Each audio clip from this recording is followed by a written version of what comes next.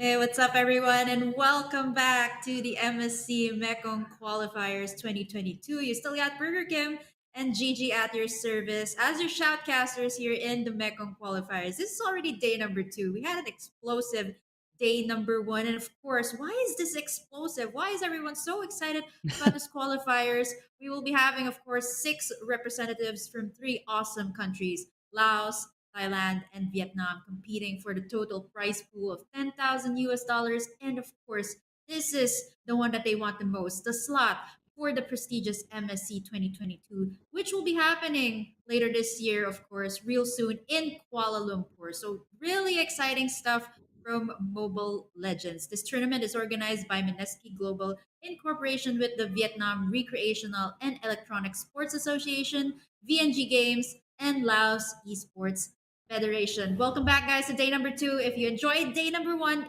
if you out, it's all on YouTube. Check it out. And for today, we will be having a different set of teams. You've already seen three of them Mhm. yesterday, and you will be seeing more today, Gigi. Yeah, and a little background about the people behind making this very much possible. Viresa VNG Games and Lao Esports Federation. Viresa, or Vietnam Recreational and Electronic Sports Association, is the SEA Games 31st esports organizer in Vietnam. VNG Games is the Mobile Legends Bang Bang publisher in Vietnam, and Lao Esports Federation is responsible for Lao big esports events such as the 31st SEA Games Qualifier and other international events. Yes, and speaking of SEA Games, I'm so excited for this as well. And it's such an exciting time to be alive. I mean, who would have thought, right? Esports already in the SEA Games, which will be happening this year, by the way. MSC Mekong is also considered as a pre SEA Games tournament. Esports at the 2021 Southeast Asian Games, which will be held, by the way, in the National Convention Center in Hanoi, Vietnam, from the 13th of May up until the 22nd of May. The Mobile Legends Bang Bang will be one of the medal contested events in the SEA Games, and I'm sure all of you guys stay tuned for that later on. But of course, the tournament format, Gigi, for those of you guys who just tuned in or who just checked out the live stream for today for the very first time, this is going to still be the group stages.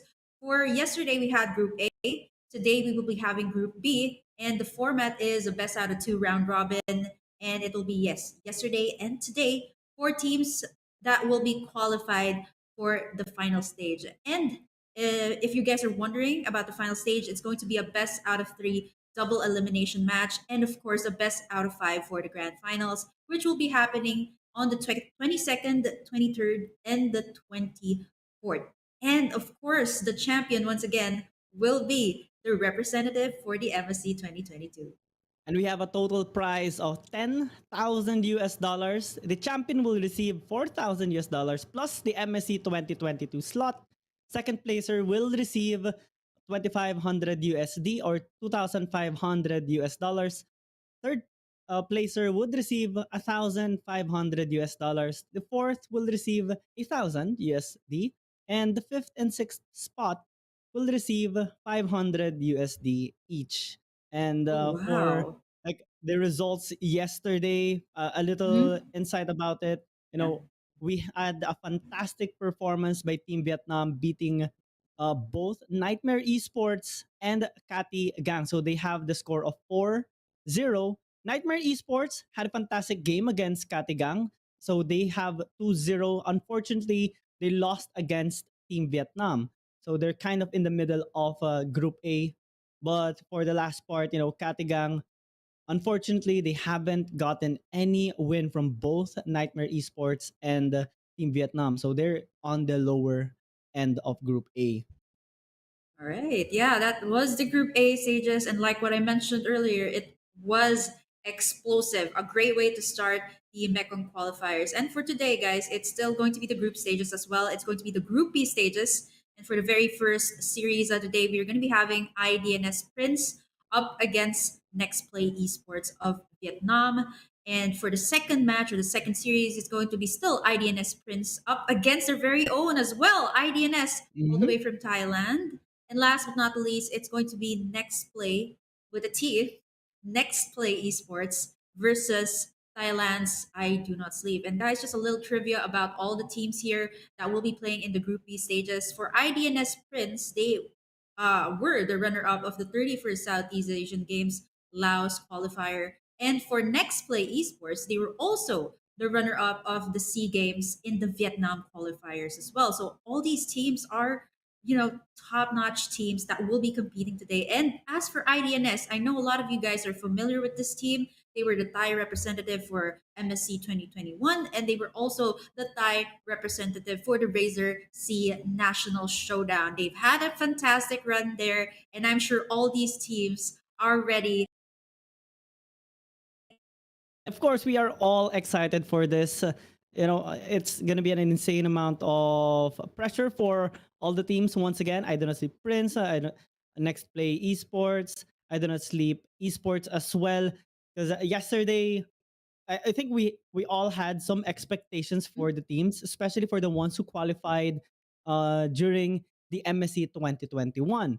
So talking about the teams yesterday, Team Vietnam securing 6 points, Nightmare Esports 3 points. They have a really good chance on being on the top four to qualify for the final stage. And in here for the Group B, they want to secure their slot for the Mhm. playoffs, of course, or the final stages as well. So having I don't know Sleep Esports being the ones to represent before during the Mhm. MSC 2021, I think they're also looking forward to represent Right. themselves for MSC 2022. Yeah, so 2022 has been a year full of surprises, I think, for a lot of the MLBB fans, and this is one of them.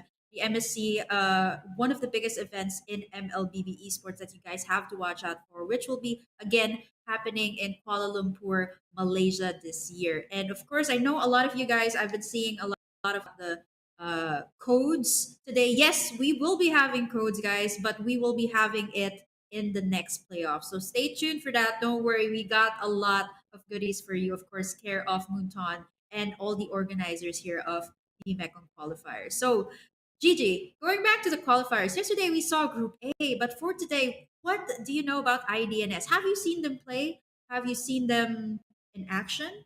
Well, I have made some research about them. Yes, they were part of the Mhm. MSC 2021. They were participants there. Unfortunately, they did not have the best of performance during that respective MSC 2021. However, I think they might have improved on themselves through this qualifiers in the Mekong qualifier, and they're looking to have a better one with a more polished execution and also planning in ahead.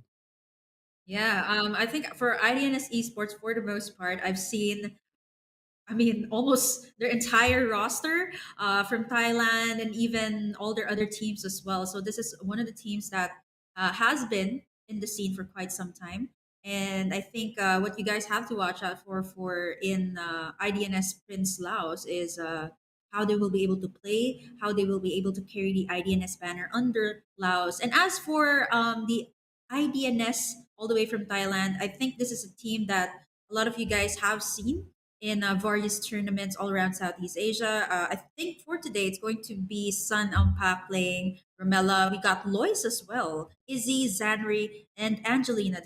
She's a new face, I think, for IDNS. I'm not so sure if she will be playing today, but I'm looking forward to IDNS Thailand in particular. Maybe it's because I've seen them play.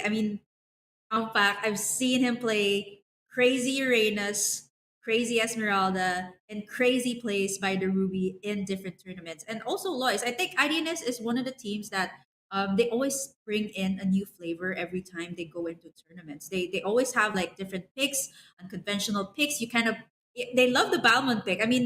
They're one of the teams Oh, that have been utilizing it. Yeah, the Balmond pick. So yeah, I'm looking forward to see what they will bring out today. And not so much about like IDNS Thailand. Let's move forward to like Laos. This is IDNS Prince Laos. I haven't seen much of them, but I am looking forward to see what they can bring today. Um, let's see. They will be going up against their Thailand counterparts, so that's something interesting. So yep. again, it's going to be three series for today, GG, and a best out of two. Best out of two indeed. And I like how you talked about the team want having that kind of versatility and compositions, Right. because you have to be unpredictable in what you're going to choose, because teams or like your opponents will always prepare their matchups against you. Try to study your play style. Try to study the draft that you normally choose to get.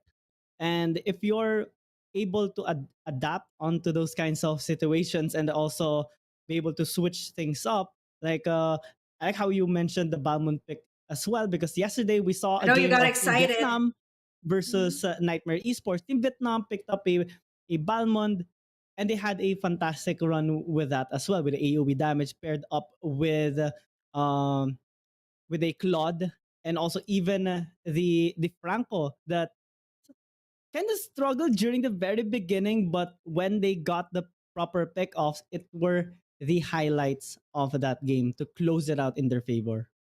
Yeah, there were a lot of games yesterday. I mean, there were really fast games. There were also really long games. So today, will we be having the same thing? Will it be like super long games, or will we be having just really fast games all throughout? Like that's something that I want to see. I mean, in the Mm-hmm. current meta, there are tanks. The tank meta has been buffed up quite well. So you guys have been seeing a lot of tanks coming up in the drafts, maybe even in your Like the ranked games. Basha.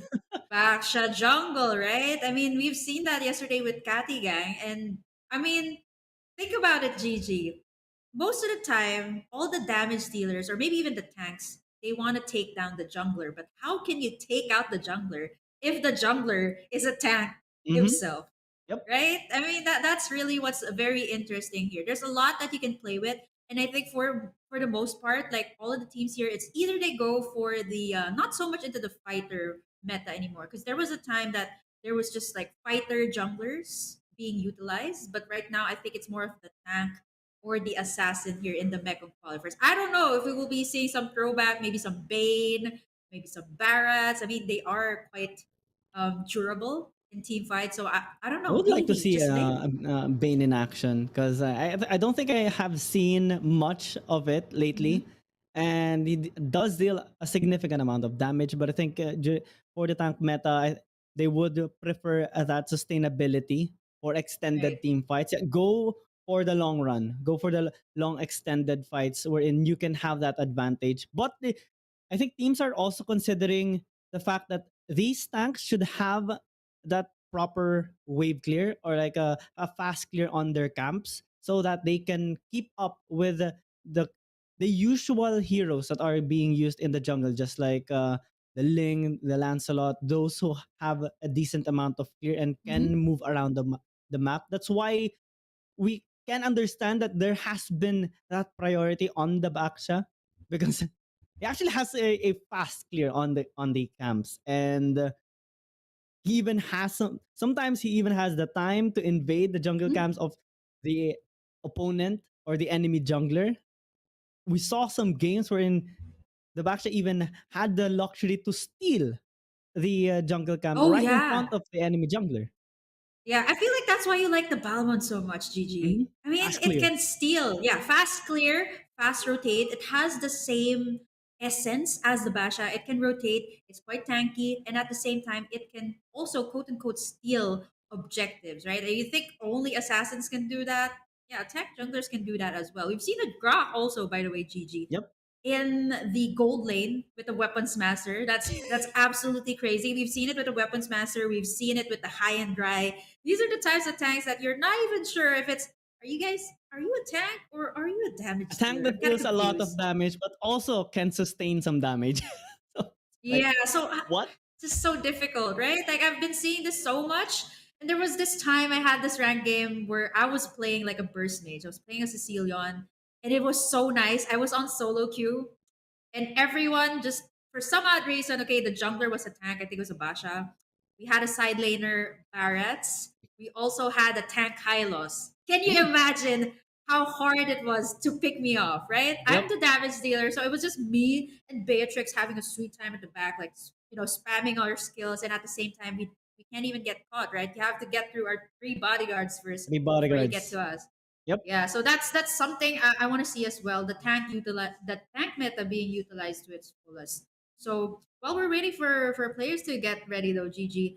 I mean, yesterday we've seen a Savior, we've seen a Melissa, be Hmm. and a Nathan as well, but I haven't seen much of the Yin. That's something I mentioned yesterday, Yep. which I haven't seen it being put into play in the qualifiers just I think teams are prioritizing different heroes for the moment, and yet. they would like. We talked about yesterday that teams more so go with their comfort picks and Right. don't want to go on experimental builds, especially on this high risk scenario. They only have two sets of series to to get a chance to qualify for the Mhm. like to qualify for the final stages. And yesterday we saw a team that kind of experimented a little bit. You know, Katigan trying out a lot of Yeah, it heroes, worked with for even them, putting right?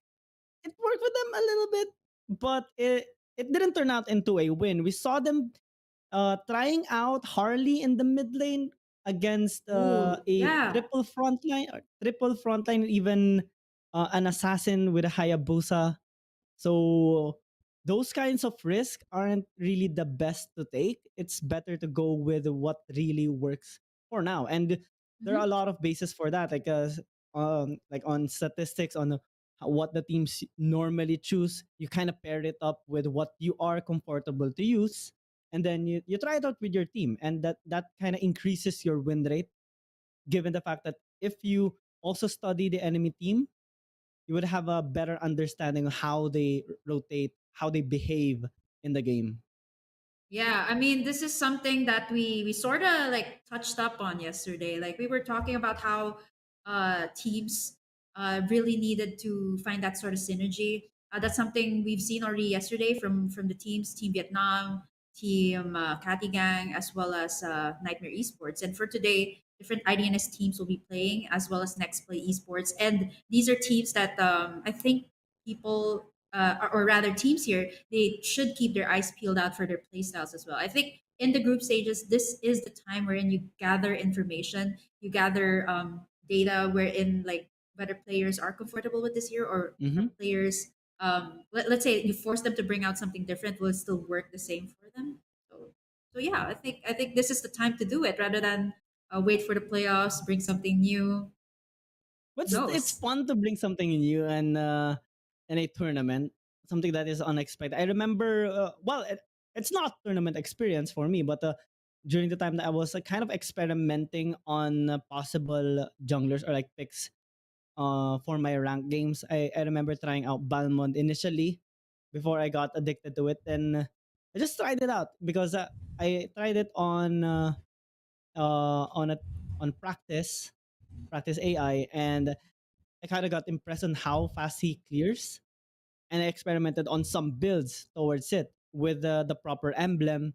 Tried it out in my rank, and actually tried it out in Mythic, and it worked pretty Mhm. well. I was getting a lot of kills, helping my teammates a lot. But during the drafting phase, I would get some negative comments about my pick. So I kind of struggled on that initially. Like they would try to disapprove my pick, but I made it up by my performance for the game, and Mhm. that's why I'm really happy to see the Balmond coming up on the competitive scene, because it actually works with proper emblems and a proper playstyle. You can get your win condition. I mean, all heroes have their necessary win conditions. Like assassins more so go on these short trades and also trying to assassinate Mhm. the isolated targets. Tanks go for extended team fights, and fighters normally go for kinda mix on both, but more on the 1v1s. Yeah, right. I'm actually, you know what, Gigi, I think for today, like you did mention a little bit about the meta, but I think for today we will finally find out like what's gonna happen in the semis up until the playoffs, like who's gonna battle it out, or perhaps more or less we can kind of see like what's it gonna be like, what's the standings gonna be like. Yes, yesterday we had Group A, we already gave you guys a quick recap, and for today we will be seeing three teams play out as well: IDNS Prince and Nextplay Esports. IDNS Prince all the way from Laos, facing Nextplay Esports from Vietnam. Both are runner-ups, by the way, in their respective qualifiers. So I think this is a testament. They're here. They're here to show us what they've got. But already, IDNS Prince taking out the Hilda. I'm not so sure if they'll perhaps like take out some more tanks here, like Grok. It has been coming up over and over again. But of course, Nextplay Esports. Cho, I think, is one of the heroes that is so versatile. Yep. You can see it being put in the gold lane. I think I've seen a gold lane Cho. I've seen a roaming Cho. I've seen a mid lane Cho, and I've also seen an XP Cho. So totally can go anywhere. I mean, for the most part, okay, I've also seen a Cho jungler. Who It's knows, right? perfect Who for one knows? tricks, you know. You kind of have that versatility, and you can pretty much adapt to anyone when you go with your, like, for example, for your rank games, and also in here for tournaments, you have that versatility in hand. Mhm. Plus, Cho can make those impossible plays, like a game changing plays. So Right. we can understand the respect that Nextplay Esports are giving. Just like what you said, Grok is going to be removed as well here by Yeah. Idonotsleep Prince, prioritizing on removing those irritating tanks and front lines that can actually disrupt the formation of the team. So I think Idonotsleep Prince will kind of focus on getting those scaling gold laners and also having that assassin jungler. Yeah, I mean, this is something we touched up on a little bit yesterday. If it's not the tank junglers, I think the meta here in this current region in Mekong is more or less. They are also very comfortable with assassins as well. So I think that's something a lot of you guys should watch out for. The Ling, the Lancelot, and the Fanny could come up, but it's a total ban on the tanks here for IDNS Prince. Yeah, nope, you guys won't be having these tanks that can rotate fast or quite tanky. And who knows? Malay mo, I mean, who knows? They could be damage dealers, right? Like Yep. Hilda, Rock, Basha here for IDNS Prince. And yeah, I mentioned the Fanny pick that a lot of the teams here seem to love so much. So Fanny, difficult to deal with, especially if you don't have that much crowd control. And at the same time, if you give the Fanny here to IDNS Prince, who knows what they can do in the early game, could be a really fast game, right? It could be, but I'm kind of surprised here. Inanna pick as her first one. Normally, we see that prioritization on something like a Karina, sometimes the Lancelot, or the assassins that they would like to get. Maybe even try to prioritize getting the necessary marksman that they want to have, like the Beatrix. But no, they don't go on that. Actually, this is better. I thought they would lock in the Nana. Karina is perfect. Perfect way to start, but Nextplay Esports will respond to that. Savior being hovered immediately, There and the you link go. even for those rotations. Yeah, they're just, you know what? I mentioned the assassins, and here you go. It's all up for grabs. I mean, given the fact that these were the bans, it's quite understandable why they banned out the tank right now. Tanks can really, really mess up the farming pattern of a jungler, especially if they are tanks like that can rotate fast, the Hilda and the Grok. So IDNS Prince, wise choice. But as for Next Play Esports, they're still not letting go of the Fanny. But it's a great choice that IDNS Prince already secured in the jungler that they want, which is the Karina.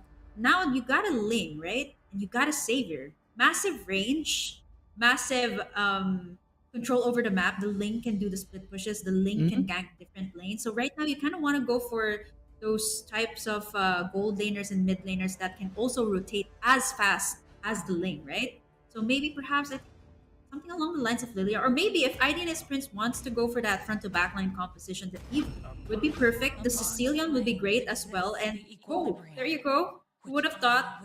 They heard me. It's going to be the Eve and the Paquito. I mentioned a sustainable gold laner that can, perhaps let's say deal with the Ling just in case it ganks. Perhaps this could be a Paquito gold laner. We've seen it several times. And again, Paquito is quite the flex pick, as well as this Esmeralda Well, for Next Play we Esports. seen a Ling regret 1v1ing a Pakito, talking about the Oh the match yeah, in Vietnam yesterday. versus Katigang, Xenon making those insane amount of burst damage onto Joe. Mhm.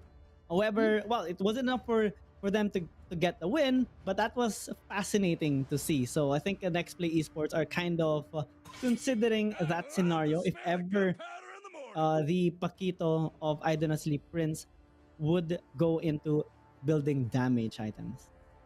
Right now, they still don't have a roamer here for IDNS Prince.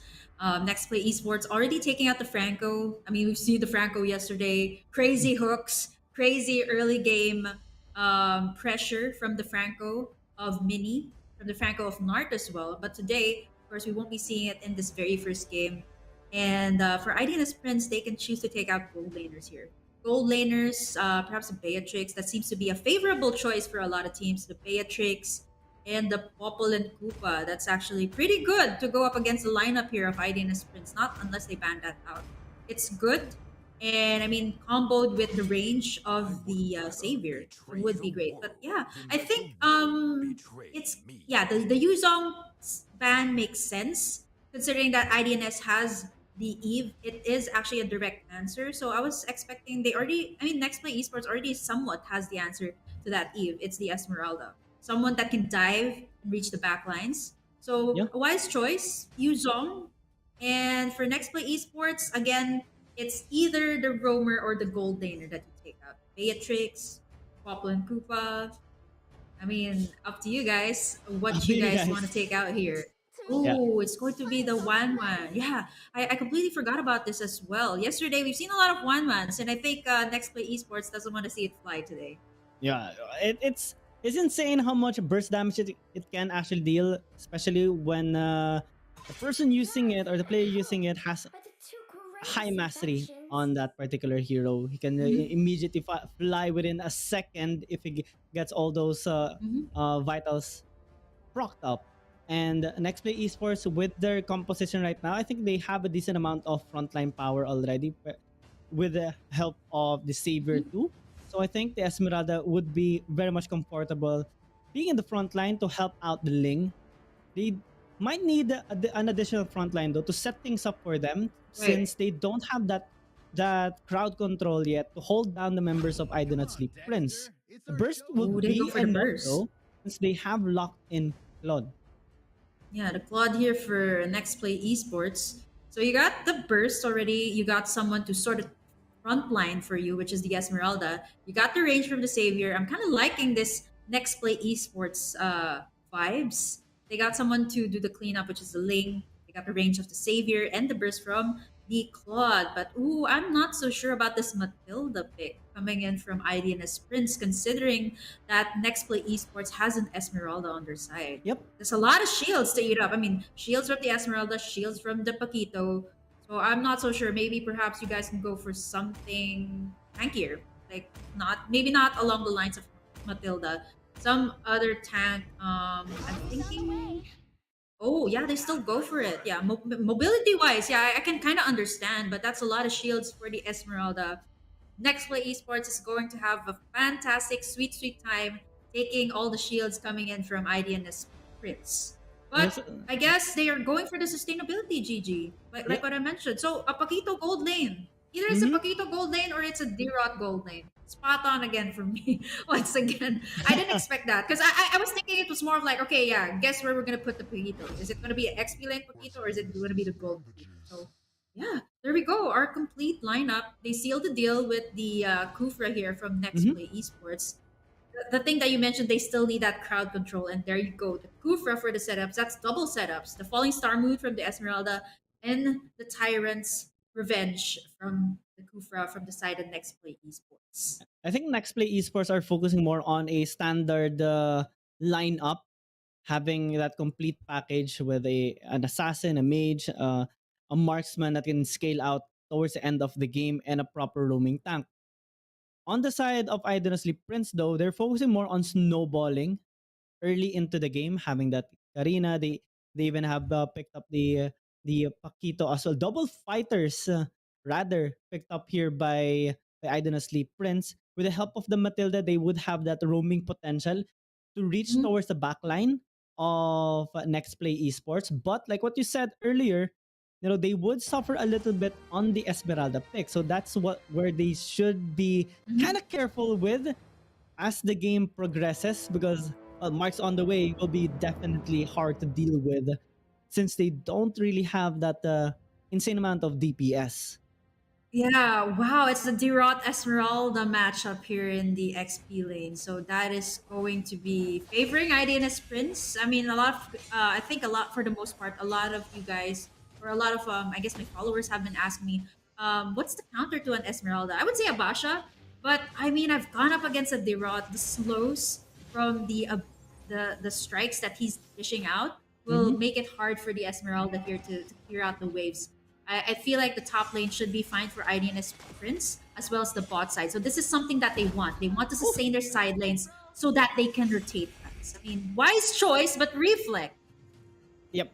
gets, yeah, That's kind of a little bit unfortunate. too much. Yeah. Try to help out his teammate, try to go back under the tower, but the slow is just too much coming in from Vina. And Reflect fell down. Now, I don't sleep Prince rotating, invading the jungle camps here of Gen Hera, and they successfully take one, giving them a pretty hard time. Right now, on the purple buff, Reflect needs to fall back, and Gen S1 is Hera tries here. to go in. They're gonna suffer a lot if ever they try to contest that invade. I don't know, Sleep Yeah. Prince with their global composition so far working out for them. Yeah, the pressure that Kamui is doing here, it's just, it kind of makes sense, right? You want to rotate fast, you got a Ling, and if you notice what IDNS Prince has been doing, it's just, giving a difficult time for Gen X Hera, but Mark on the way, almost getting caught there by Sun Day Ye. Like what I mentioned, the top lane is going to favor IDNS Prince. This is a D-Rot that you're going up against. But right now, it's still IDNS Prince leading this one. Take a look at S1, already level 4, whereas Yep. Gen X Hera still needs some time to reach that level 4 power spike, whereas IDNS Prince are looking to seal the deal and they take in this first reveal. Yeah, and even have the luxury of invading, killing Reflect in the process. They're having such a difficult time right now. Next play Esports.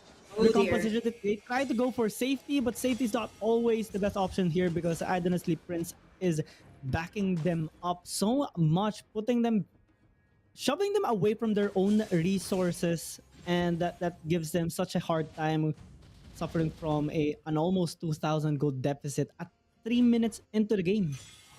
Yeah, this type of composition is kind of working well for them. They're sustaining the side lanes, and at the same time, their mid laner and their roamer can rotate fast. Look at what Kamui is doing. It's just Gen X Ooh. really being denied from all of the resources in their jungler. Reflect, he wants to make it the place, but so far is not having a great time here. Reflect goes down, reflecting on that.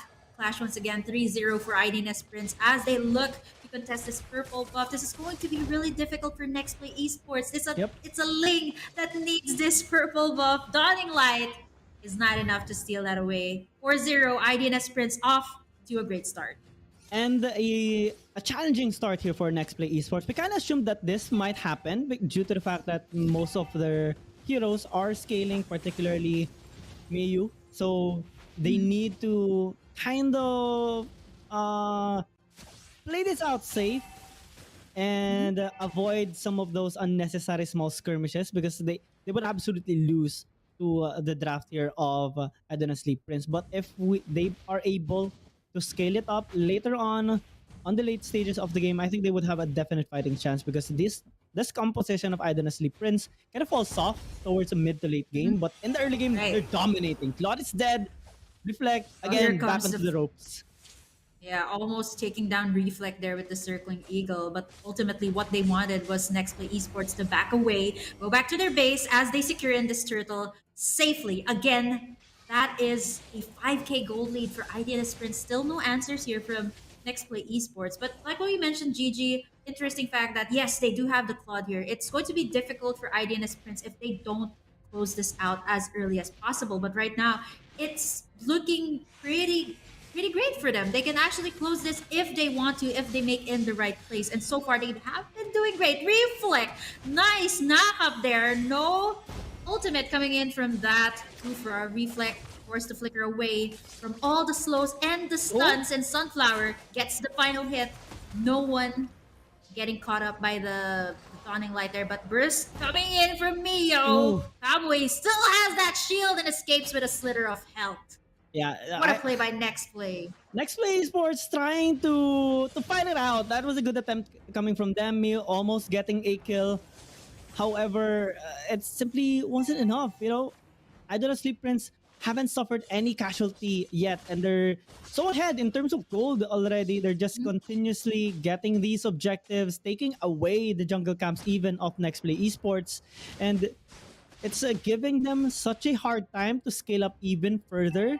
Looking at the level comparison right now, 2-3 level gap shown here by Idonotsleep Prince, are quite ahead from their respective opponents, and Genhera is having such a difficult time in his own jungle right now, constantly being invaded, while the rest of the members are trying to pave a way for themselves to actually get these resources.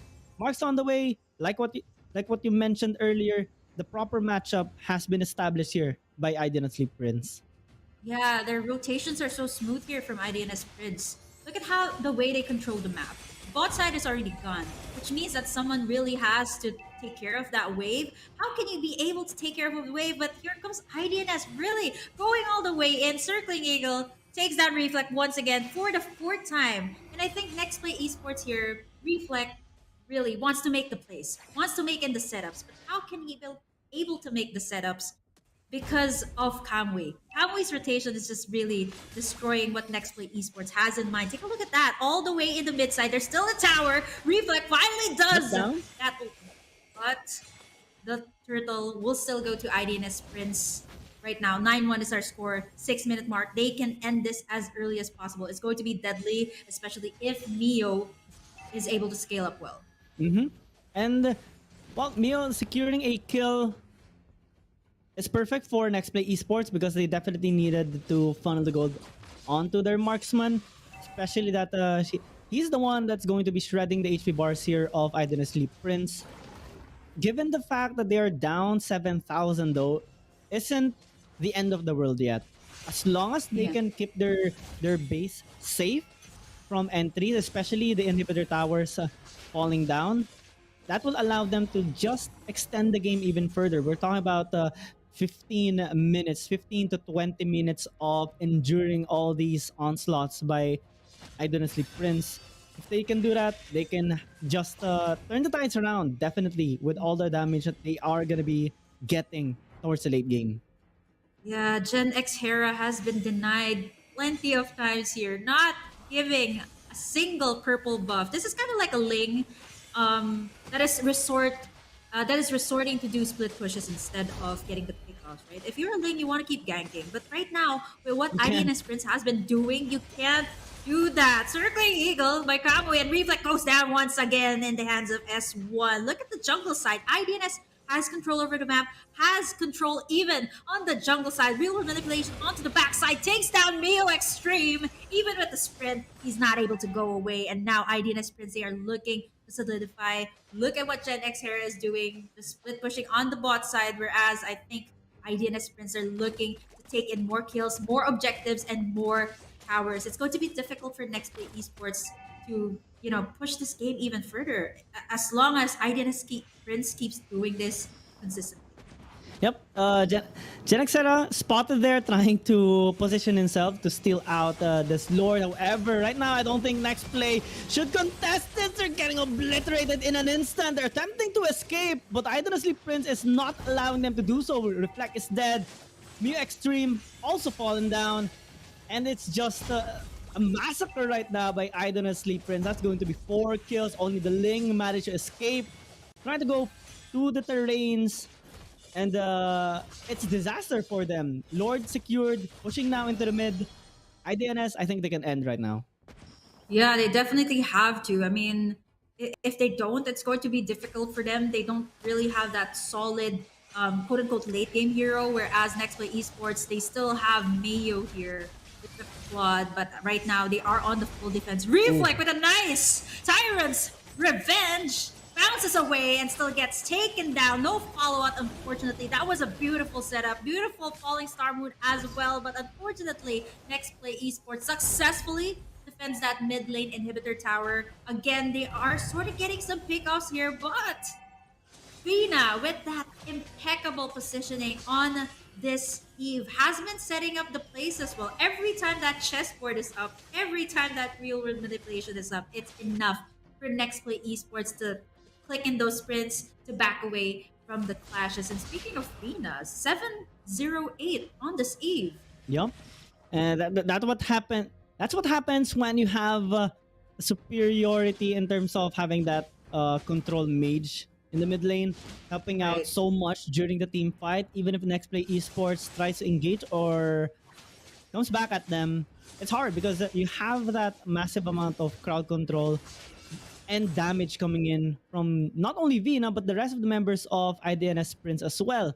With that plus the gold lead, 12,000 in fact, they can just do whatever they want, rotate around the map, try to force out these team fights, and Next Play Esports can pretty much do anything. They try to fight back, they try to escape, but that's not going anywhere until they reach the 15 to 20 minute mark of Yeah. scaling. This is the thing when you got a Matilda, right? Despite the fact that there is an Esmeralda to eat up your shields, it's still pretty much very good. They did their early rotations quite well, and now they are reaping the rewards of how they have controlled the map. 30 seconds before the Lord is up, and in just a few seconds, it's going to be the Luminous Lord, enough to knock down those last two inhibitors that Nextplay Esports has. And I think the only saving grace here for Nextplay Esports is to have that setup, right? We mentioned Mhm. this, the crowd control, right? Coming in from the Kufra, coming in from the Esmeralda. So one nice falling star moon, perhaps onto Vina, perhaps onto maybe even Kamwe, would be devastating here. It could turn things around. But now Gen X Hera is just resorting to do split pushes. Yeah, they're trying to play this out as desperate as they can, making these desperate plays, try to split push and find a way to shake up Iden's Prince. But so far, it's not that much working for them because every 1v1 matchup wins here for Iden's Prince. And with the Lord pushing again into the mid, they would have the side lane control with numbers advantage even because next play esports would be forced to scatter around the map, try and secure the lore, try to defend both side lanes, and with the matchups right now, I don't think they would be able to win any fight. Wow, that's like a 13K gold lead for IDNS Prince. And if they close this out right now, it could be the end here for Next Play Esports just for this game number one. But their solid side lanes, their solid rotations in the early game really is doing them or reaping them the rewards right now. 17-2 is our score. 13-minute mark. The Lord is now marching. There is no inhibitor on the mid side. They have to clear this out first, but look at Mio is the target here of S1. Takes it down, and there you go. The burst damage dealer is out. Here comes the real manipulation. The falling star moon will not connect Tempest of Blades just to escape that. They are on the full defense, and right now, IDNS Prince can get punished if they overcommit to this clash. They will be forced to back away, but it is a very successful defense here from Nextplay Esports. Well, Iden's Prince trying to push with the Lord. That was a good defense by Nextplay Esports, being able to successfully protect their inhibitor towers. And we're slowly coming close towards that 15-minute, 20-minute mark. As the game progresses, they would be able to get their items. They would be able to load up their weapons even, especially for Mayu, which so far hasn't getting those more deaths. So being able to play this out safe perfectly suits them in a way that okay, here's what they are going to do later on if ever they would reach the point wherein they can actually fight. Mark and Reflect will serve as their frontline. Jen Hera will try to assassinate Vina, and there will be a tandem between Miyu Extreme and Miyu to go in for that burst so that Jen Hera can go in for the cleanup later on. And I think that's the perfect setup for them for a team fight. And I think it would take a Lord fight for them to get it. Because Idonotsleep Prince on these small skirmishes, their goal is to scatter or divide Next Play Esports Right. into these lanes so that they can win on the 1v1s. Yeah, Gen X Hera is just resorting to do the split pushes. This has to be the way, right? You have to get in the objectives here somewhat, but IDNS Prince, they have been taking in this purple buff away from Next Play Esports for the past 15 minutes, and it's not really. I mean, it's kind of like a poor man's Ling. You're just resorting to split pushes, and right now the thing about contesting with this Lord, it's difficult to contest even if they have the Kufra, even if they have the Esmeralda for Next Play Esports. It's because of the Vina with this Eve. It's difficult to go in for the clashes. So right now, I think it's a good call for next play. Gen X Hera just doing the split pushes at least somewhat. Next play esports can balance out the or can somewhat have some control over the map. They also have control actually. Them being able to defend is already enough. They don't necessarily need to have that vision over their jungle camps. What they need to do is just protect their Mhm. base because Right. there's a lot of danger being thrown out here by Idonotsleep Prince as they push here into the mid lane. Rune manipulation already put up here towards the Oh side of dear. Next Play Esports. The This could be damage the end. is insane, but I think Next Play Esports are going in. The burst coming from the Claude is enough to shred down the HP bars of Idonotsleep Prince, forcing them to disengage. Reflex serving as a front line along with Mark. They have to keep To this safe. They're disengage. fighting back. This is the time of Next Play Esports. The scaling has Right. worked out, and Idonotsleep Prince can't close out this game anymore. Yeah, and successfully defending it for the second time. And you kind of see why IDNS Prince has been prioritizing the immortalities. I think three members of IDNS Prince has already purchased the immortality, waiting for that possible base lock later on. 8 and 5. I mean, next play esports, considering how well IDNS Prince has rotated in the early game, right now you can kind of feel the damage output here from next play esports. It's already there. All they need to do is have that one proper setup, which I'm waiting for from Reflect, or maybe even from Marks on the way. Like, yeah, it's on the way. Just wait It's for on it. the way.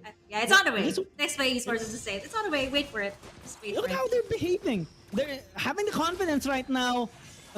With the dragon already, they're trying to establish this vision control. However, the Idonotsleep Prince is engaging onto them once again, grouping up towards the back line. Mark Sunflower took is out not on the Mew way. Extreme, and Mew is trying to dish out his damage with the Bleeding Duet. However, with two casualties already, they're gonna lose the third. Reflect, not They tanky have to as back much. away. I think that overconfidence led them to their demise, and with long death Oh, timers, there you go. Idonos Prince can just go for mid. Yeah, they can go for it after uh that one clash, that one fight. This could potentially be the end for Next Play Esports, but let's not forget Mio is still there, but the confidence here from Next Play Esports to end this one. The stickers are coming up. The death timers are there, and I think it won't be enough. If they clear out this wave, they can go for that GG push. A Sunday and they lock it in, and IDNS Prince takes in the sweet victory for this game number one in the day two of the Mekong qualifiers. Yeah, congratulations to Idonos Prince taking out game number one. We still have game number two. However, I think during that match, XP Esports could have pulled it out on the late stage of the game because we're already reaching the late game, and they had put a good fight already, Right. successfully defending their base. They even have the top lane inhibitor tower standing up, but that overconfidence trying to get mid. Yeah, they wanted to get or secure some towers from themselves, but I don't think they were ready enough to fight them head on without the help of some towers because in their base they had the help of their core attacking along with them and also having the better positionings during that fight. But the fight in the mid definitely did not turn out for them. They weren't ready yet. We more so have seen I Do Not Sleep Prince engaging with no Mhm. hesitations at all. And even with the Blazing Duet, even with a combination of Miyu Extreme and Miyu, they Mhm. couldn't get that burst damage towards the members of Iden's Prince anymore. And that paved the way for their loss. Congratulations to Iden's Prince with their MVP Vina with 7-0-12. Yeah, considering how an Eve will have a difficult time, especially if you have an assassin just like the Ling that can penetrate the backline. So it was just very well commended. Every time Vina put up that real world manipulation, like what I mentioned, it's enough for the side of next play esports to actually back away from the clashes. I think ultimately, really what paid off here for Iden's Prince was how they really rotated in the early game. And right after that, like what I mentioned, it was really smooth for them all the way. After they rotated, they got the control over the lanes. They win the team fights, and eventually, after securing all those objectives, I think all the turtles and all the lords went to the side of IDN as Prince. So it was really difficult for Next Play Esports, and not to mention also the deny of the purple buff. Right, the purple buff for an assassin like Ling is very vital. So I think that was also another factor why IDN as Prince was able to secure in this game one. And that's a good demonstration on comfort versus meta Mhm. comparison. Next play esports try to go in with a safe composition with a decent amount of early game to late game priority and advantage as well. However, Idonotsleep Prince focusing solely on early game allowed them to have that huge gap in terms of gold, especially with the plays that they have made, securing towers, securing objectives, and also that invade that you talked about towards Gen X Hera that kind of disabled him on the intention that he had toward that game. He couldn't gank any lane. At most, he tried to just split push across the map. But even so, all pretty much every single player from Idonosley Prince can battle against him or at least stall him out. That kind of disabled everything from Next Play Esports. There was no farming coming in from Mio until the late game, but it even at that late stage of the game, it simply wasn't enough. Maybe it could have been if they were a little bit more patient, but that's the difference in terms of discipline in that game. I think was showcased better by Idonosley Prince, and I think they're having this motivation and momentum right now for game number two. Yeah, for game number two, I think again it's a best out of two round robin, which means I think this is more of the point system, right? They need to get the points that they need to be able to top the group stages, and this is the Group B stages. Yesterday, you've seen already some of the teams played out, and right now it is IDNS Prince. If you just tuned into the live stream, it's IDNS Prince versus Next Play Esports, both runners up of their respective countries qualifiers, and now we are going to be heading on to game number two. It was a great start for IDNS Prince, but they keep the momentum? Right now, banning away their own Karina, which means that they Mhm. will perhaps go for something else this time. Maybe a scaling composition is going to be prioritized here by Identity Prince. So, well, they can do whatever they want since they have the comfortability with it, with a insane amount of experience already. In XP Esports, I think they have to focus on their strong points right now since it is kind of crucial. If they lose this game, they would have lesser chance of being able to proceed towards the final stage of this tournament. And I don't think they would want that. I don't think any team would want that. Rather, as they banned out the Grok, or maybe they would ban out more tanks that Idonosley Prince can actually take.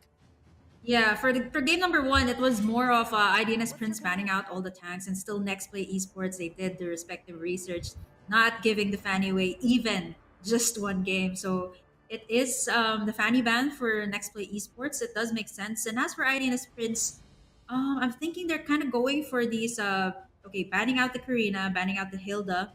The Grok has already been banned away, so I'm not surprised if they maybe if they still want to go for the Eve, yes, they do have the first pick here. Eve has been doing so well here in the qualifiers. I mean, it has been nerfed. Yes, it has been adjusted. Longer ultimate cooldown time. But I Mm-hmm. think for the most part, I mean, we've seen it yesterday and today. It works so well in clashes, right? The range, the AoE damage, it has the slows and the stuns it has as well. So it's really, really difficult to Still deal with Eve. So source. oh, I Round was actually 2. expecting IDNS Prince to go for a Ling this time because they banned out the Hilda, so they don't want any sort of disruption in the jungle. Invades. So, Yeah. so okay, perhaps they're going for something else this time. The Karina, the Ling. So it's more of the assassins being banned away. So like what I mentioned, it's still pretty much the comfort picks here for most of for all of the teams here. Basha, the last ban here for Next Play Esports. IDNS Prince. Well, There's a A lot lot of you can heroes go are for. available. Yeah, Identity. Valentina That's right. available, and it will be picked up. That's the thing I was about to mention earlier because okay, why are they not banning Valentina? Both teams. Okay, it's gonna be picked up here by Idonotsleep Prince, but you know the Kagura being shown out is not really that much bad, although it can be utilized here by Vina. You mentioned that Do you smell it? it's Fragrance of summer night. you prefer a different hero to be paired up against him. Yeah. You know, the Lilia. Lilia. Yep. Lilia, So that so it's I think it's more of the ultimate doesn't impact like the entire composition, right? Let's say if you pick up a Lilia, okay, what does Lilia's ultimate do? It just cools down your glooms, and at the same time it just recovers your health. So it's not like an Eve, right? If you go up mhm. against an Eve, it's really very difficult to deal with, especially if you have a Valentina to copy and the ultimate. So okay, this is great. Again, they're going for the Matilda and the Kagura here. Fast rotates. So Nextplay Esports kind of taking notes from what IDNS Prince did earlier. Maybe perhaps they want to go for the fast rotates as well, just in case IDNS Prince goes for that fast rotate jungler. I mean, maybe, just maybe, we might see the Balmon, like what we mentioned, right? Fast rotates, fast wave Mhm. clear, and it's very easy to farm with the Balmon. Very easy to farm. I would also be looking forward to a Paquito pick, but I don't sleep Prince is already hovering it. It worked for them quite well on their gold lane Paquito, and kind of allow them to win on those small skirmishes. Franco hovered and Oh, immediately locked in. Yes, Nextplay Esports are gonna have that mobility, but once they get picked up here by the hook, it's just going to be a -1 immediately by Idonotsleep Prince. yeah, it's also kind of. I mean, there is that pressure from the hook coming in from the Franco, but at the same time, your mid laners are quite mobile.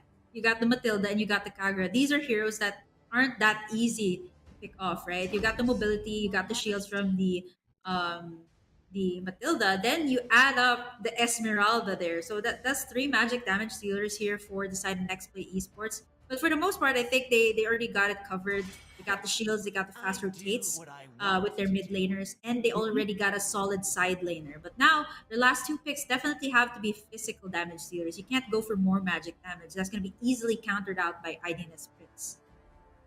And what are the possible picks here of Next Play Esports? Well, they tried out the Lord as their marksman earlier, although I'm still kind of nervous if ever they would pick it up. They're removing some of the picks here of IDNS Prince, the Dairoth, that worked really well Thor's for remain. them. Lancelot ban is perfect since, Next Play Esports, like you mentioned earlier, they need to get those physical damage dealers, and Right. Lancelot is one of the potent ones, especially with Yeah. lots of AoE damage and high mobility to be paired up with the Matilda as well. Yeah, that's a lot of junglers taken out for Next Play Esports. These are all the assassin bans, like the Karina, the Lancelot, the Ling, and even the Fanny is already out for Next Play Esports. So maybe perhaps they might just go for a tank jungler, maybe even a fighter jungler. Who knows, right? And last ban here for both teams, Next Play Esports, IDNS Prince rather still does not have a jungler. Not unless they want to go for the Paquito jungler, which is still pretty much viable right now. He Mhm. and the Hellcurt. Oh wow! So it's more of a. I think this will be a contest for the jungler role, right? Since this Yep. is almost like five heroes banned out or just assassins right now. IDNS Prince, I'm not surprised if they'll take out another assassin here. I mean, Yeah. you've already taken out three. Why not take out another one, right? Arena, I'm Ling, not even Lance. gonna be surprised if they pick up something like a Balmond or even the. Well, I haven't seen Olus being used yet Yeah, in here. interesting you It's mentioned that. one of the most irritating bully, I must say, It's a late on game my rank hero. games. It's a late It's game hero as well. yep. It's It can small. stand out so It's much. small, but dishes out so much damage. It's really deadly in the late game, especially And if it it has can the withstand so much damage as well. right. Yeah, it is. It is classified as a fighter, but let's go back to a little throwback here from Next Play Esports, picking up the Roger here as their jungler.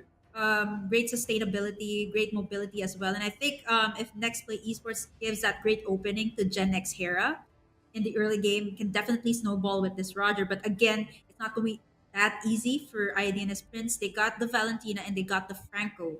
Just disrupt Nextplay Esports like what they did in game number one. And now IDNS Prince, they really love these solid side laners, right? They're Yep. not okay. This is what I noticed today. They don't really go for the marksman gold lane. They go for the sustain so that they can win the lanes and then go for the team fights. I think this is what IDNS Prince has been doing, but okay. It is going to Oh, be a Paquito Paquito jungle. jungler. Yeah. I'm right. Okay, it's a Paquito jungler for IDNS Prince. And they shake things up a little bit, bringing out the Yuzong to zone out the members here of Nextplay Esports and pick up the Beatrix. But of course, now I just mentioned that they haven't been going for marksman gold laners. Let's shake things up a little bit for game number two. They go for the Beatrix and they go for the Brody. Massive range here from the side of Nextplay Esports. They also got the mobility, but at the same time, you have the pick off potential here from the Franco of IDNS Prince that can disrupt the early game farm once again of Gen X Hera. I was nervous a while ago because Sunflower attempted to use a different skin. Yeah, go with the Manny Paquito skin. Let's go for that. I Oh, really love that skin, the especially in limited how the edition details are skin. made. Like it really looks like him, and it's a representation of the Philippines as well. So hooray Mhm. for that! And the performance of him is also extraordinary, being able to win his lane and also impact so much into the game. So we can understand the comfortability of Sunflower with the Paquito and having that Beatrix as well for that early to late game, because Beatrix is a scaling Yeah. hero, but also can excel in the early game. It's hard to deal with a Beatrix. Yes, you put a Brody to match up with her, but you might even struggle going up against him, if ever.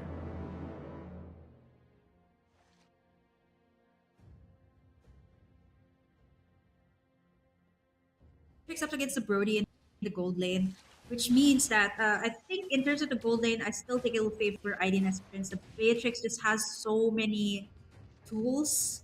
Like, I mean, you can go with the pokes with the Renner, and then at the same time, it has a great wave clear as well. So, which means that Beatrix here or Sunflower can rotate past to the other lanes. But again, IDNS Prince almost getting that flame shot steal there, but S1 will be able to secure that purple buff.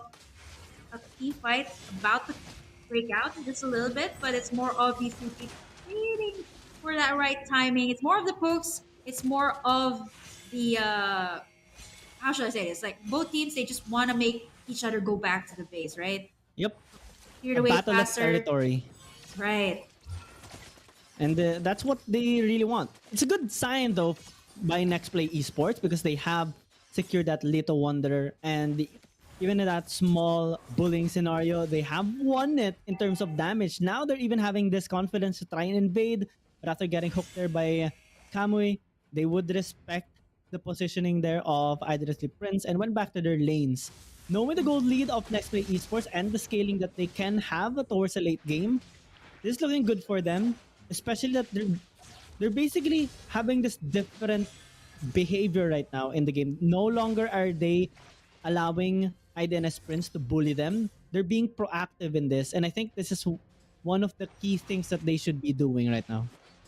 Yeah, still no casualties here in the early sides. More of the pokes here, which really matters in the early game. The more you poke at your enemy, the more that they're forced to back away, the more that they're forced to go back to the base, regen some HP, which means that they're gonna miss out on the wave. Vina already getting in this the circling eagle here, coming in from Reflect. Will we be seeing a Oh, similar gameplay as game number one? Here comes the turtle take. But look at how IDNS Prince has been trying to secure this an early clash here, but S1 will get the first blood. Again, the counter engage double kill here for S1 as NXP, or rather Nextplay Esports, will be backing away from that clash. 2-1, just one casualty here for the side of IDNS Prince. It's going to be their roamer.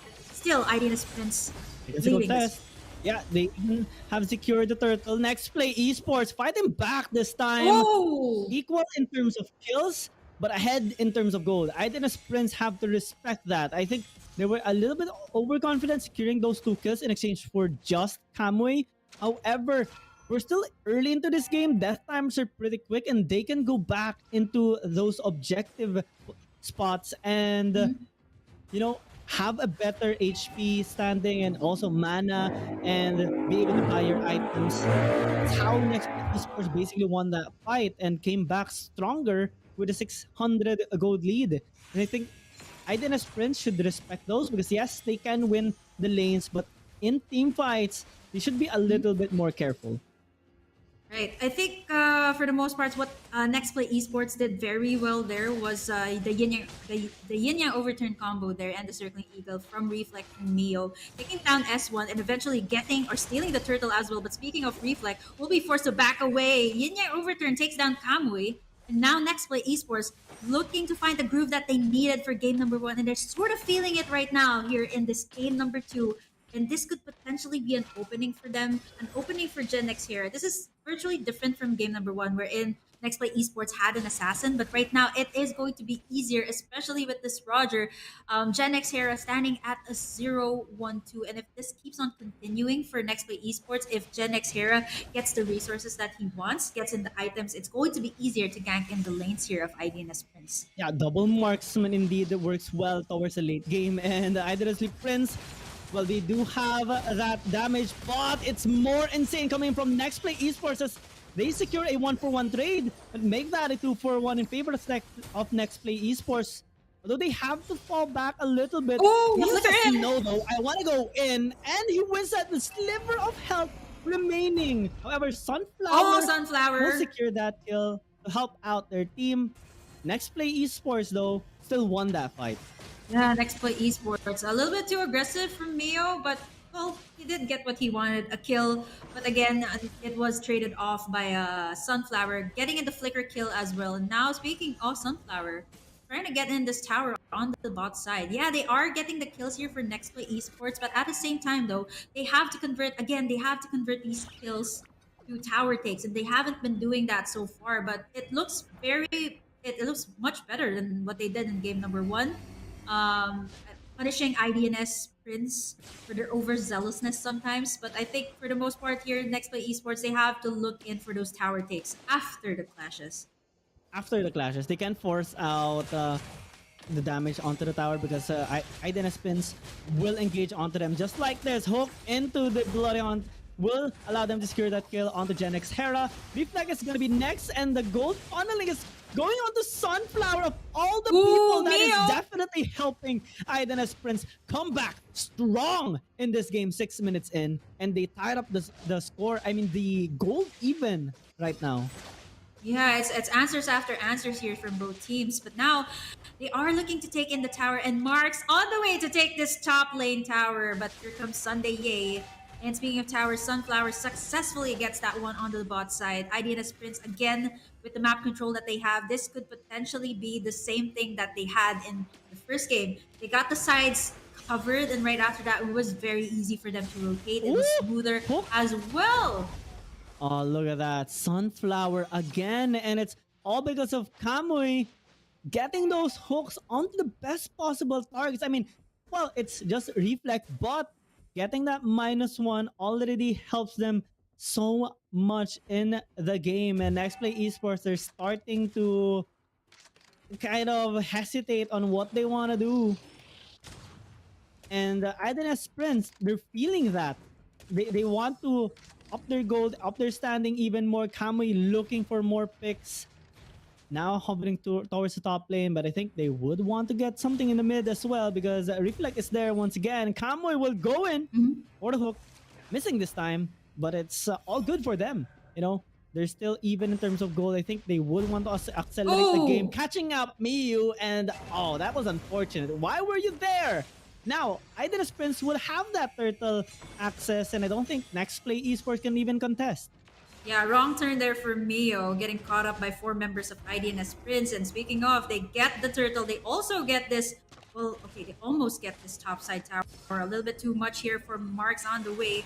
Will be able to escape with that shield coming in from the Esmeralda. Yin Yang overturn, almost getting one. Make that a flicker out, but the flame shot. They're taking down Kamui. Here comes the circling eagle by Vina. taking down two. Mark's not on the way. He's going back all the way to the base as Gen X Hera Run! will Run! be able to run. But look at the slows coming in from B9. That's a triple kill for the side of IDNS Prince. This is why you don't let go of the Valentina. This is why you don't give away the Valentina. It has so much mobility. It can totally confuse the enemy team as well. Like the circling eagle, I actually thought it was reflect, but apparently not. They take down another here from the side of Nextplay Esports. They get the mid-side tower, and again, IDNS Prince, their rotations, despite the fact that Nextplay Esports had that answer earlier on, it's still pretty much IDNS Esports in control right now.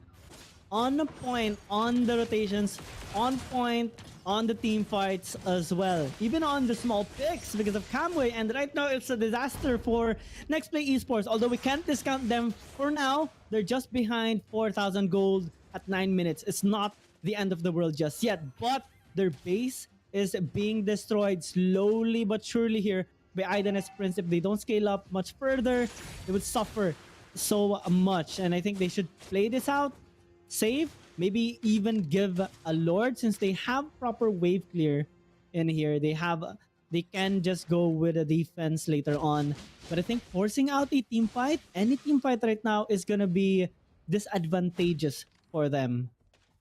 Yeah, just Nextplay Esports. Again, they did sort of find their groove earlier on, and now the Lord is up, and I think IDNS Prince will not waste any more time. I feel like they will take this Lord, further push in the lanes, and again, pressuring so much of Nextplay Esports, whether to go in for the clashes or whether to just, just go in for the defense. And I think IDNS Prince will just take this Lord so easily. And right now, Reflect trying to go in for the re-engage, but S1 takes the kill here on Reflect. It is Gen X Hera who could be next on the chopping board. Circling Eagle here. It's not by Reflect. It is by Vina. And here comes Sunday Ye with the Black Dragon for Mio Extreme down as well. And now IDNS Prince, they're really looking for the engages here. They're looking for the wipeout as Mark's on the way, going back to their base. Mio gets taken down in an instant.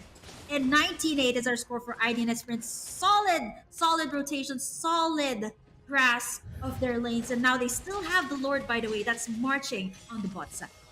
Yeah, they heard us. Idonotsleep Prince heard us telling Nextplay Esports not to fight. So Idonotsleep Prince brought the fight towards Nextplay Esports, getting 4 kills in exchange for just 1, with a Lord pushing into the bot lane right now. And the sizable gold lead, they're pressuring Nextplay Esports into just staying inside their base. But even inside the base, they're not perfectly safe because Kamui is looking for those hooks. If he gets one, it's game over, and he's looking for it constantly. The breathing room right now towards the side of Nextplay Esports is over. Yuzong going in hard, and Vina with a kill onto the Roger. They're trying to back away towards their tower, but their towers are falling down constantly. And everyone falling down. Only 2 members left on the side of Nextplay Esports, 3 of which on IDNS Prince. But I think they should nice hook this. by Kamui. Damage by Sunflower is too much. And Idonotsleep Prince will take this game, will take the series 2-0. What a beautiful game by IDNS Prince. Beautiful series, closing it out with a 2-0. Again, I feel like Nextplay Esports, what they wanted to do for this very game was to emulate what IDNS Prince did in the very first game, to have that fast rotation. And yes, they sort of got it. They sort of got that groove in that early game. But They got the after lead that, it here. was they got the lead. And right after that was just Vina just taking everyone down with a triple kill, even on the Valentina. And I guess this is why Valentina has consistently been in the ban list for the longest time, despite the fact that it has received several nerfs. It still pretty much fits the meta right now. I feel like it's because of the slows it has with its skills, the 1-2 combo to dish out so much damage. And let's not forget, it can totally confuse the enemy team as well.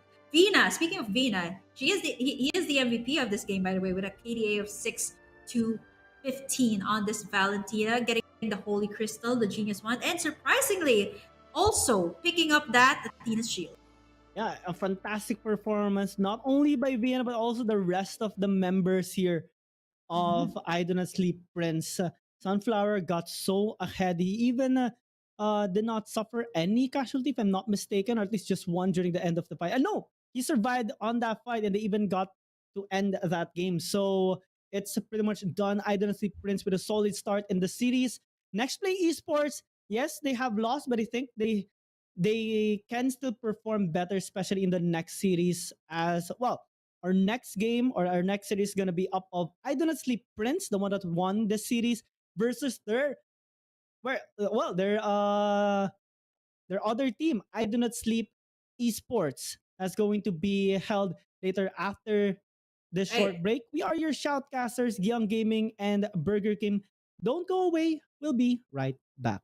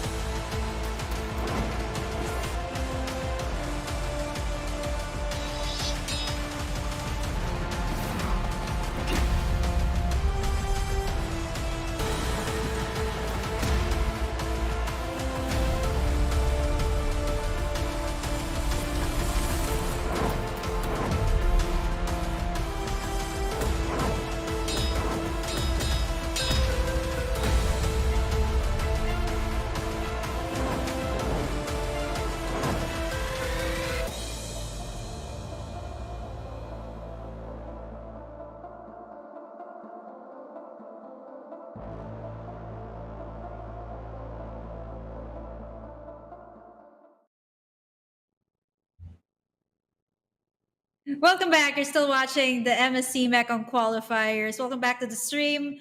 My name is Burger Kim. Together with me is Gigi. We'll be your shoutcasters. Still, for this Group B stages, we've already finished the first series of the day. Gigi, we got IDNS Prince with a great lead, a 2-0 up against the team.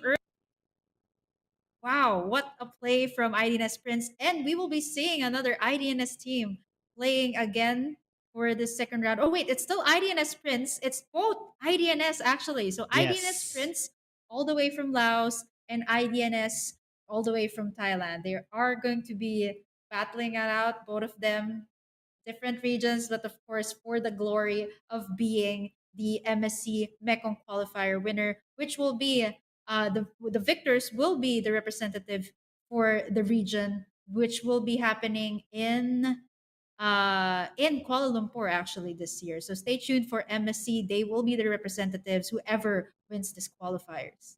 And we would like to thank everyone that made this very much possible. The MSC Mekong Qualifier, of course, is brought to you by Montun, MLBB Community, of course, Msc Global, VNG Games, Viresa, and LESF, which is Laos Esports Federation. And we're your Mhm. shoutcasters. We're going to be doing our very best to give you a wonderful experience in watching these amazing teams battle it out towards their qualifying into the final stage and hopefully their qualification towards the MSC 2022. A while ago, a short Mhm. recap, the series number one, Idonotsleep Prince versus Nextplay Esports. It wasn't so bad.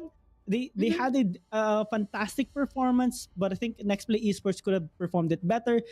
Same goes for Idonotsleep Prince. They're gonna battle against their ally IDNS Esports as they are on the red side.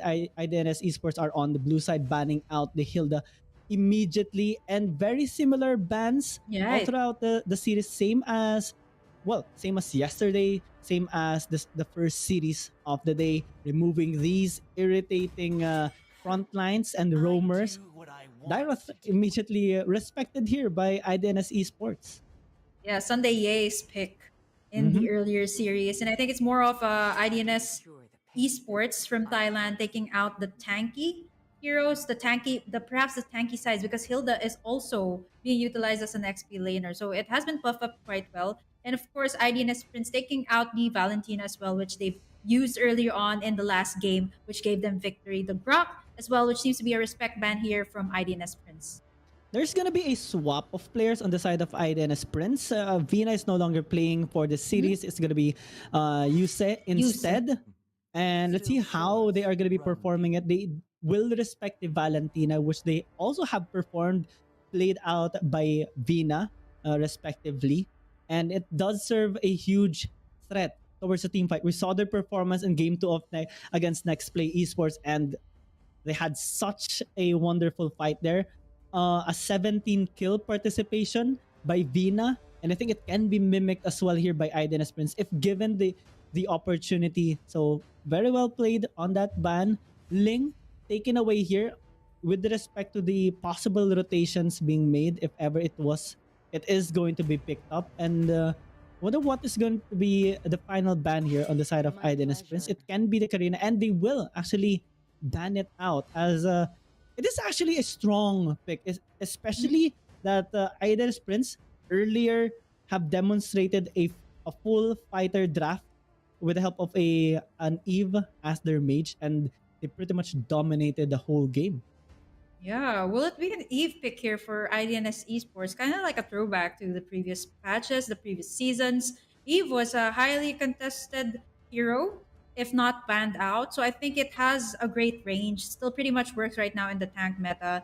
It can set up things. It can also cause you to be in a disarray, like especially since tanks are mostly like melee heroes, right? It will Mm-hmm. go very well. Like, yeah, it's going to be the Eve. Definitely lock that in. It's a great first choice here for IDNS Esports. Valentina is already out of the picture. So, I mean, this is the question right now. I mean, I'm curious why the Farsa is not being used as much, right? I mean, yeah, I get that both Farsa and Eve received their nerfs. When it comes to the range, it's quite similar, right? So, but I think it's more of right now in the current meta, most of the people would prefer like scaling type of heroes like Cecilion, Lilia, but woohoo, I Yep. also the direct answer to the Eve. I mean, if you got one of the highly contested picks, of course, you gotta answer it out with the Yuzong, the direct answer to the Eve to reach the backlines. And not to mention, if IDNS Prince locks out this Franco, wow, it I mean, is going to Kamui be extra has hard. performed so Yeah. well with this Franco pick, and it's gonna give a huge amount of threat towards Iden's Esports. Actually, it's gonna be a good pick. We saw yesterday how potent this particular hero can be, as it is very much durable as a roaming tank, and Ooh, I Fanny completely being forgot hit. about the Fanny. Yup. Yeah, this is IDNS's classic pick. Lois on the Fanny. I completely forgot about this. It was open. Yeah, the link was banned out, the Karina was banned out, but this is crazy. They already secured in their roamers. They don't want to pick up another Kufra, so they don't really have that CC. Maybe they want to go for a Cho gold lane this time to just to control out the Fanny. But this is insane. IDNS Esports securing in the Eve, securing in this mashup for the side, and of course the very, very highly contested Fanny, one of the top bands as well in the qualifiers. And I think this Yeah. will do very well. This is crazy. It can totally um how should I say this? And totally gank the lanes so fast. You don't even know when the Fanny's gonna come in. And right now IDNS Prince is kinda thinking, how do we deal with this Fanny? Okay, fine, you go with the Fanny. It dishes out so much damage. Let's just go for the tankiness. Let's go for the tank jungler, the Basha. I Yep. mentioned this yesterday, and I'm looking forward to see it being played out once again here as a jungler. IDNS Prince this time. I have to remember which IDNS I'm talking about, right? There's an IDNS Esports from Thailand and IDNS Prince. So it's good that they put out the Prince there, but both from the same organization fighting for a top spot here in the qualifiers, and of course the chance to be the representative for the region in the MSC 2022. Final bans here. They still need a roamer here for the side of IDNS Esports from Thailand. They take out the Selena for division.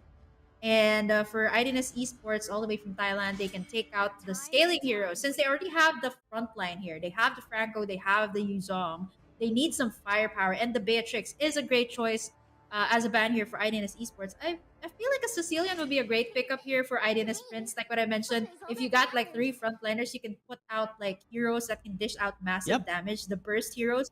But again, it's going to be so difficult to have a Sicilian. Yes, it dishes out damage, but right now the biggest problem here is how to control the Fanny from the side of IDNS Esports. IDNS Prince, great choice for taking out the 1-1. It is going to be lethal if you put in a 1-1 here in the composition of IDNS Esports, especially since the first three choices here of Prince are melee heroes. So it's going to be easy for the 1-1 to pop in that ultimate. I'm kind of having an inkling here that Iden Spins might actually take something like a Paquito. They tried it out in their game number 1 against Nextplay Esports, and it can actually go toe-to-toe against Lois's Fanny, especially in getting that crowd control. Crowd control is very much necessary to hold that Fanny in place. They have the durability already. What they're needing right now is the necessary damage to at least take out one. That might be a good pick, but I think if they would go into a marksman, maybe the Brody is a proper option. Yeah. Has that crowd control as well to a single target, Moskov. and it can be able to kite out as well. Moskov as Moskov too. Yeah, it's a great choice for a Fanny. Mhm. It dishes out so much damage. You just really have to assist it when it comes to the early game. But I think a Moskov would be great. I understand it's going to be difficult in the laning phase, but against a Fanny, you can stun it, right? Especially since a Fanny loves the walls. And Moskov is a great choice. I did Oh. think of the Kagura pickup. Yeah, Kagura, Sicilian would be great. Yes, you have 3 frontliners, Sustain but is you high. gotta deal with the Fanny. So okay, Sicilian here, IDNS Prince use pick out the sprint. It's a great choice of a battle spell, especially since you need to move around fast. A Sicilian doesn't have that much mobility, but it has great damage. So I did mention this. It was kind of like a premonition, sort of, for IDNS Prince to pick that up. And I'm guessing that Idonotsleep Prince are going to go with extended team fights here.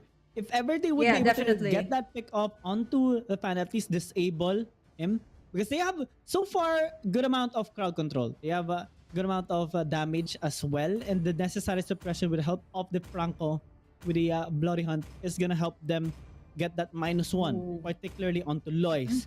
But they have to also be able to match the other heroes here, like the Eve that is gonna deal a lot of damage as well towards the team fight and have them zoned in towards an area. So Lolita will be a proper pick as well, maybe It's great. as That does it make sense. they want to It lock makes people sense. down inside the real world manipulation.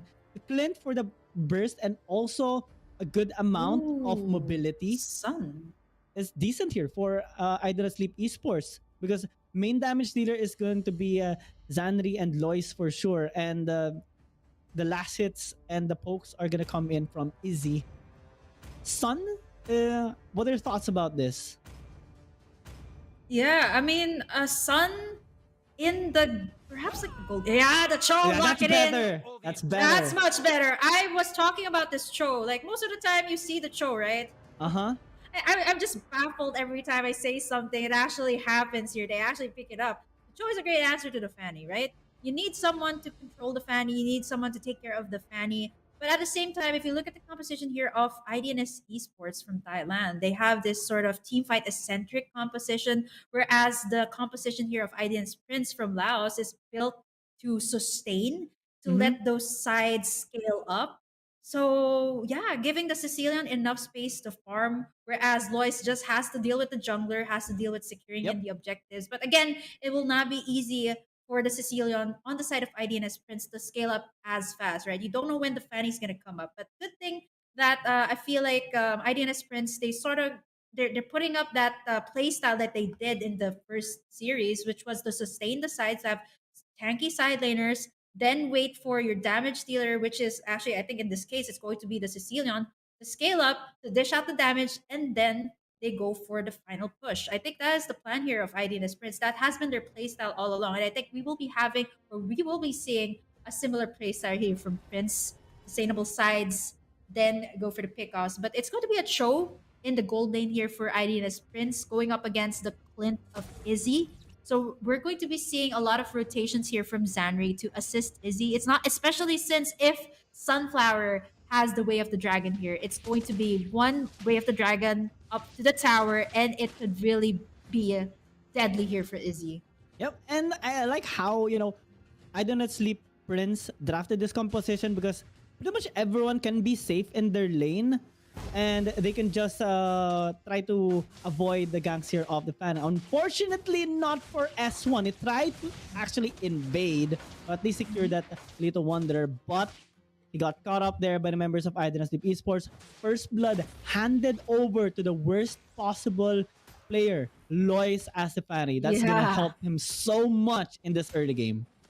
Yeah, I mean, Lois already getting in that first, but it is a given fact that the Fanny is an early game hero. It can Oh, really this disrupt, too. especially if you're not even level 4 yet. You can go in for the ganks, you can go in for the pickoffs, and you can rotate around the map so fast. Look at Lois getting in all the resources, possibly rotating here to the top side where Sunflower is patiently waiting for that pickoff that he needs up against Izzy. But the threat here of Lois, again, it's not going to be so easy to just go out of your tower, go in for the pickoff. So I think IDNS Prince has to play this wisely.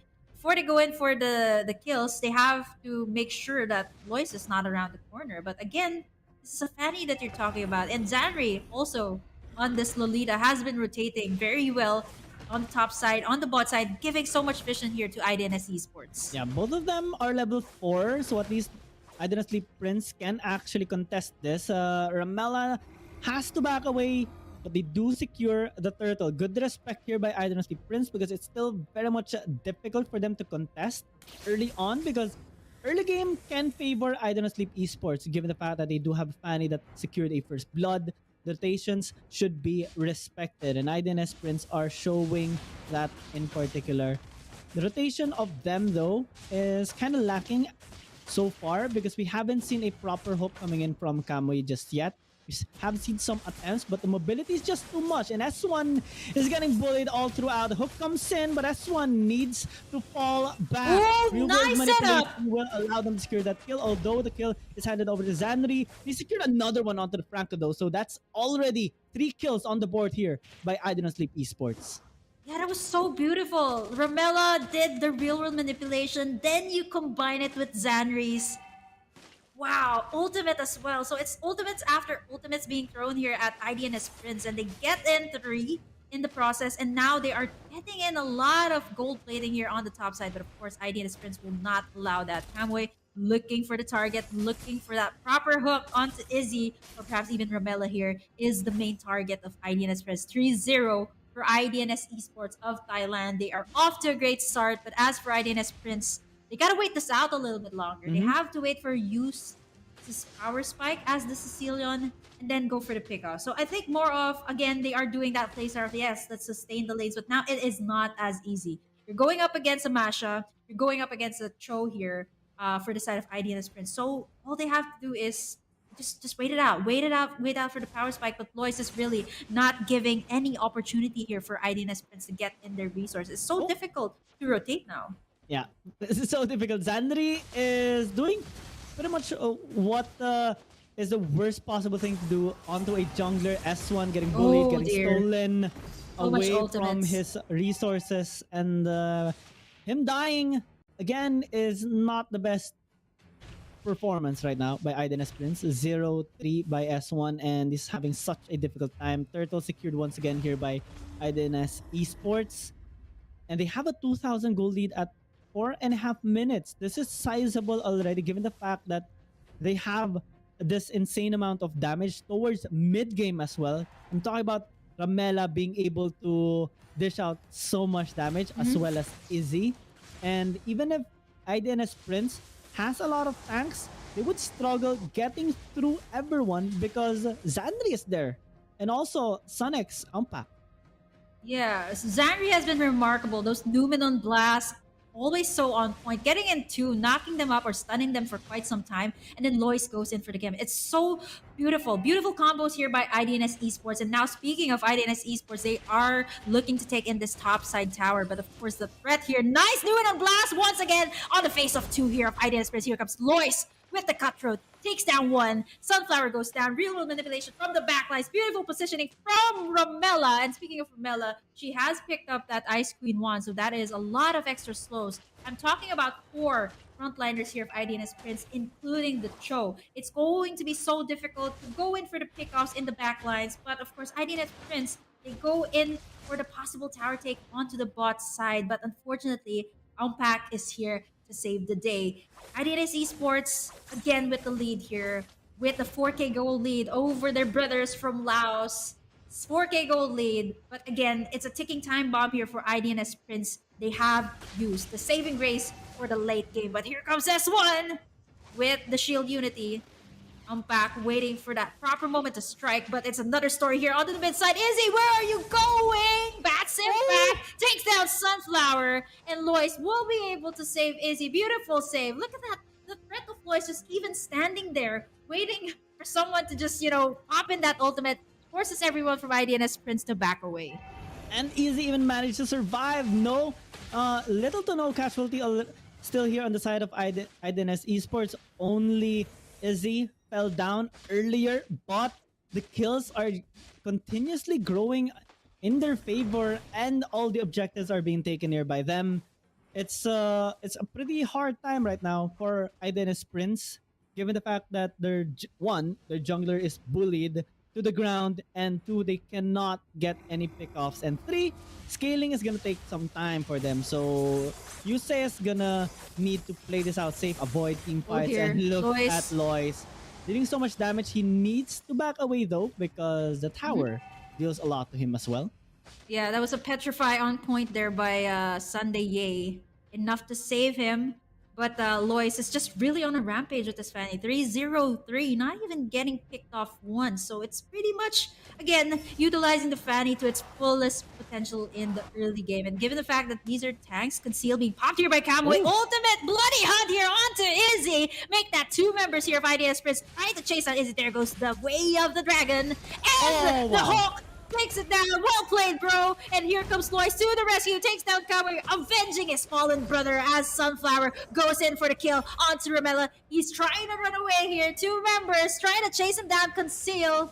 But again, here comes S1.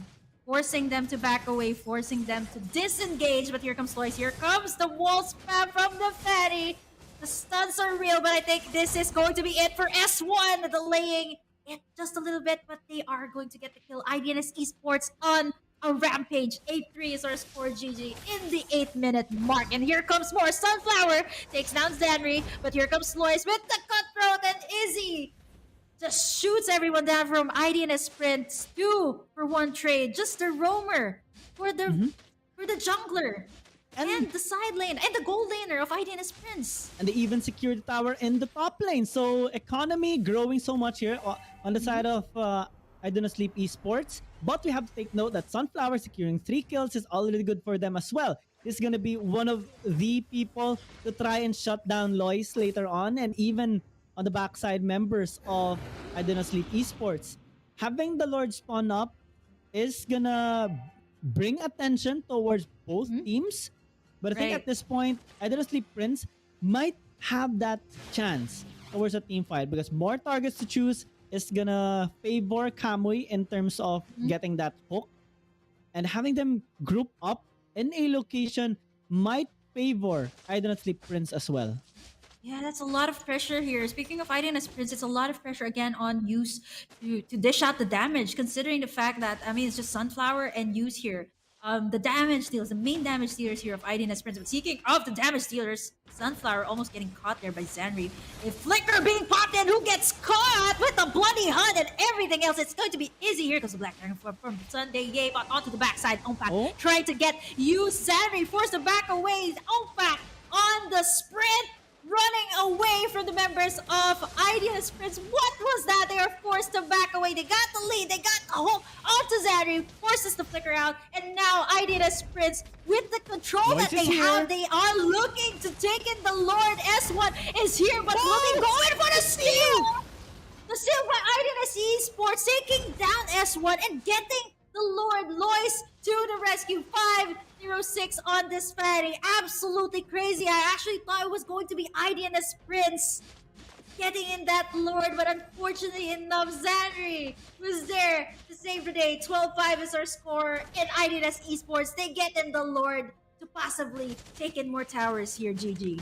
The fight started 4v5. Let's take note of that. And Zanri, well played, stalling them out as Lois paved his way towards the Lord from bottom lane tier 2 tower of Iden's Prince. When he arrived, he was just in time to secure that kill onto S1, denying that retribution on the objective, onto the Lord, and they stolen that objective, allowing them to even bully out IDNS Prince. Now with a 6,000 towards 7,000 gold lead, they're looking to break the base here of IDNS Prince wide open. They have the range, they have the pokes coming in here, and they even have the engage if ever they would want. River manipulation being used already. It's 4 versus 3, but IDNS Prince will become 4 as Lois comes in. They're trying to reach the backside, but Sunday is being zoned out. Look at all those damage coming in from Ramela, pushing away the members here of IDS Prince, but they have successfully defended their bot lane inhibitor tower. There's a wave crashing onto the top, so S1 needs to fall back there. Oh, that's gonna be a kill though! The damage comes through there towards Lois, and here comes the retaliation. Here I comes think the they re-engage. overextended. 3 members dead. Yusei with 2 kills. And that's a bit of an overextension there by Idonotsleep Esports. Idonos Prince quickly adapts towards them. Yeah, did you see the damage coming out from Muse on the Sicilian? This is what they were waiting for. They even gave Muse the purple buff. So this means a lot, right? This means a lot. But again, IDNS Prince, right after those clash, it was great that Kamui got in that crucial pickoff onto Lois. Beautiful. And now, speaking of Lois, he won't be able to take in that purple buff just a little bit because it's going to be IDNS Prince that secures it. So, again, the early game advantage was utilized to its fullest, but now IDNS Prince looking to strike back. Use already has that dominance eyes, perhaps building on a divine glaive for the next item, or perhaps even the holy crystal. One bat's impact, one bat's piece is enough to dish out so much damage. And we all know that Cecilion is just king of the late game. And that is what IDNS Prince is banking on to let Use shine here in this late game. And speaking of Use, he is actually doing quite well on the Mhm. Cecilion, No despite the fact deaths. that there's a Fanny 301 on this Fanny. It And is he's great. even This is building great. This is what a sustainability. Sicilian wants. This is what a Yep. Sicilian wants. Absolutely. To get in tanky, here's the front line for you. And then you get to poke in the enemy. And now here comes the Lord. Oh no, where are you going? Oh back. That is 5 members of IDNS Prince going in for the guys. But fortunately enough, he is sustainable Black Dragon for all the ultimates being popped here. But the Lord, again, nobody gets picked off. This is a very crucial moment in case someone gets taken down. You don't want to go for a 4v5, especially this is a Luminous Lord that you're talking about. Yep, Idonotsleep Esports are prioritizing them. Idonotsleep Prince contesting as they sprint towards this objective. We have to take note, have to keep our eyes on Yusei as he is going to be the main damage dealer. But Izzy and Lois are positioning themselves 20,000 HP remaining on the Lord as it is being constantly contested here by Idonoslip Prince. They're Lois continuously attacking it, trying to get the secure it. That's a nice hook purple. towards Lord. And we're gonna go with it. Flicker in by Sunflower to try and chop down Oh, Lord. they get the He's Lord. gonna fall down. The Lord is taken here by Idonoslip Prince, and they will continue the onslaught. Aumpac continues to wibber its way towards the members of Idonis Prince, but with Lois down, with the Lord secured, he falls back, they pay the respect, and Idonis Prince still alive in this game. Yeah, this is what they were wishing for, the game to extend this long. Well, again, this is the mid to late game, and now they are sort of feeling that power spike from Use. So now, IDNS Prince really has to cover and use. But again, what they're doing here is Sunflower with so much mobility on this show is just split pushing the lanes. It makes so much sense. It was a beautiful pick off by Kamui onto Lois right before he got in that purple. And right after that, it was just IDNS Prince securing in that Lord. This could be a major comeback if IDNS Prince pulls this off. Lois gets in the pick off here on Sunflower, but again, here comes the Lord still up and kicking. They looking to take in this inhibitor tower, and they won't be able to do that. The Lord Oh, goes this is down, and trouble. now this is trouble for IDNS Prince. They have to re-engage. Look at Unpack trying to get Use onto the backlines, but does not get taken down. He has two bodyguards here as they walk away from IDNS Esports, going back to their safety. But again, IDNS Prince, they got the momentum that they wanted. They got that crucial momentum wherein they got the Lord, they got to pick off onto Lois finally. And right now, this could be a different story for IDNS Prince. It could be a shift in the momentum. They could get the win here. I could actually feel it, especially they have the Sicilian that hasn't been picked off yet. 303 on the Sicilian. And speaking of turning of ties, IDNS Esports a while ago has a 6,000 going 7,000 gold lead. Now it's just down to 2,000 gold. IDNS Prince, they suffered so much during the early game, but now, mid to late game, like what you said, they're gonna have that advantage. Fanny can no longer kill or at least have that kill pressure later on because of how durable the members of Idonis Prince are gonna be towards the late game. And Yusei being able to play safely as he can, even picking up some sustain items, picking right. up that dominance ice even just to have that sustainability or durability against the Fanny. And it's gonna spell out trouble here for Idonis Esports, given the fact that everyone can engage. We saw the struggle of Ramela because of that Yuzong pick, and Sunday is just continuously, pressuring them, zoning them out, while Sunflower targets Lois constantly to try and shut them down, remove that AoE damage, at least one of the AoE damage dealers here of IDNS Esports as they wait for the next Lord. At 17 minutes, this Lord is getting stronger and stronger.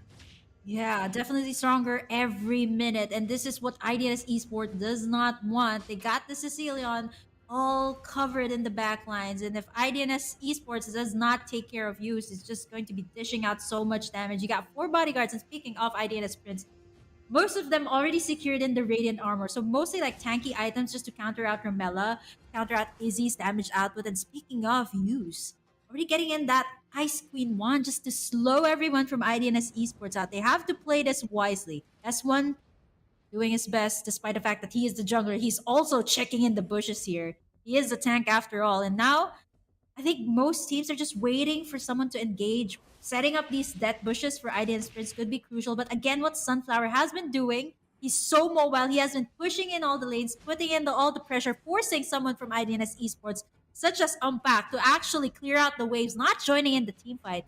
4v1. Oh, here comes the It could hunt. be a disaster.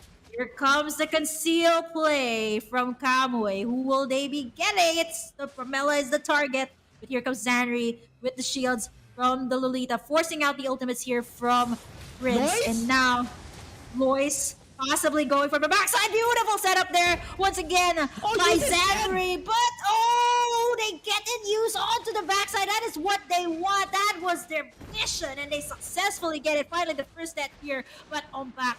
And Sunday, yay, going for a 1v1. Here comes the tanks. Here comes Sunflower. the sustainable heroes. And they take down Ramela in the midst of it all. Sunday, yay. Forced to pop in that Petrify. Sunflower is the next one on the chopping board. Sun on back. Going for Sunflower, but here comes S1. He is the jungler. He is defending his goal later to his very best. And now Lois. S1 nowhere to go with the stuns. On point here as IDNS Esports fighting back right now. And after taking down Use, I think that's just a major problem here for IDNS Esports. After they take down Use, they can go in for those team fights just like that. 2-for-2 trade. And I think right now it is crucial for both teams to get in this Lord. And the main problem is Sun Ompak. He is the one who actually 1v1 you said a while ago. And his 2 tanky deals a percent HP damage because of his skills. And that's a problem. That's going to be the main problem of tanks. He is too tanky and he deals, well, not an insane amount of damage, but decent enough to pressure the squishy ones. And Iden's Prince recognizes that they're gonna pay the respect needed towards this mashup pick. And a while ago, you have to take note, Sunflower was not part of the fight that early. He arrived a little bit late. He got some kills, but he almost got taken down by Sun Unpack as well. And S1 had to sacrifice his life to save his ally. And right now, Iden's Oh, Prince here comes going in the once conceal again. play. I think IDNS Esports kind of felt that. But the pressure really is there. Once you pop in that conceal, you know that IDNS Prince is just waiting to get that pick off. And I think their major target here for IDNS Esports is to take down Ramela, to take down Izzy. These are the 2 main damage dealers. I mean, Lois is also considered the damage dealer here, but right now it is very difficult to deal with Fanny. You take down the heroes that you can take down first, which is Ramela and Izzy. And right now, they are doing the Lord dance. No one's starting it. I think it's difficult to start the Lord right now. I mean, knowing that everyone's still alive is more of like waiting for people to, or waiting for both teams to pop in all those ultimates, then go in for the Lord fight. Yeah, Sun Unpack is the most alive of them all. You know, not suffering from any deaths all throughout the game. This is a long game. One of the longest games that we have seen since day number 1. 21 minutes. And it's only 2-3 minutes away from being the longest one since day number 1. And the Idonotsleep Esports are being more comfortable. But they're playing this safe as well. They're not being too overconfident. They're not extending their boundaries. They're paying the respect here towards Idonotsleep Prince as well because they recognize the threat. They recognize the threat coming from Yusei. They're not recognizing the threat coming in from Sunflower and Sunday as well. We have to take note about Kamui as well on the hooks and the Bloody Hunt whenever they go for the concealed play. And that's what they're keeping watch right now. They're mostly just getting vision, and when they see everyone at their best interest, that's when they go. Lois position himself along with Zandri to help out Ramela while Izzy pokes out the members, and Sonampak just goes in onto Yusei. He knows his role. Oh, there's a conceal He play. just goes in. Yeah, really, IDNS Prince is setting up all these death bushes for possible pickoffs onto the heroes that they need to pick off. And right now, here's the thing. Sun Umpak has been clearing out the waves, forcing Sunflower to just, also do split pushes, right? So I think this is the main thing why they aren't starting out this Lord. It could be a bait Lord, right? It could be a bait Lord, but I think the thing here is Lois just can just go in for the steal at any given moment. And not to mention, they have a lot of heroes here for IDS Esports to zone out the members of IDS Lois? Prince. Here comes the Lloyd. Here comes the take, but using onto the backside with the Bats Fees and the Bats Impact. And IDS Prince will take in that Lord. It was a nice attempt, but IDS Prince gets the final say here. They get in the Lord and potentially could get in more kills. So look at you, it's just spamming in the Bats Impact. It's just dishing out so much damage even to their tankiest hero, which is Zanri. And now IDNS Prince forced to reset right now. Going back, they know they got what they wanted, which was the Lord, a hard reset, and now they can fully pressure in all the lanes. Sunflower is just split pushing that bot side. He's not letting go of it. I mean,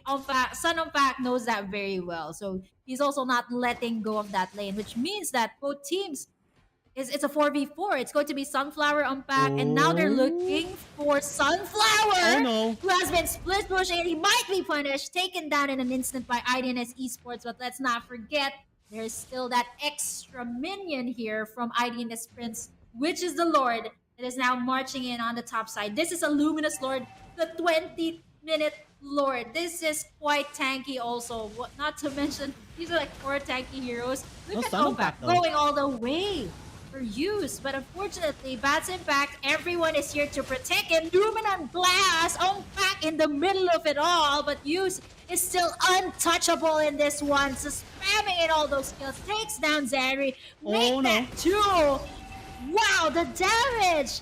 Oh dear, it's only Unpack, Izzy, and Lois left here. The Lord is still up, by the way, and Idonotsleep Prince, this could potentially be an upset. IDNS Esports got a great start, but now it is the time for the Princess to shine. Yuzi almost getting picked off. Bats Impact. There is a little here. There is the ultimate from Unpack, trying to get used to his very best, but now there was isolated clashes there.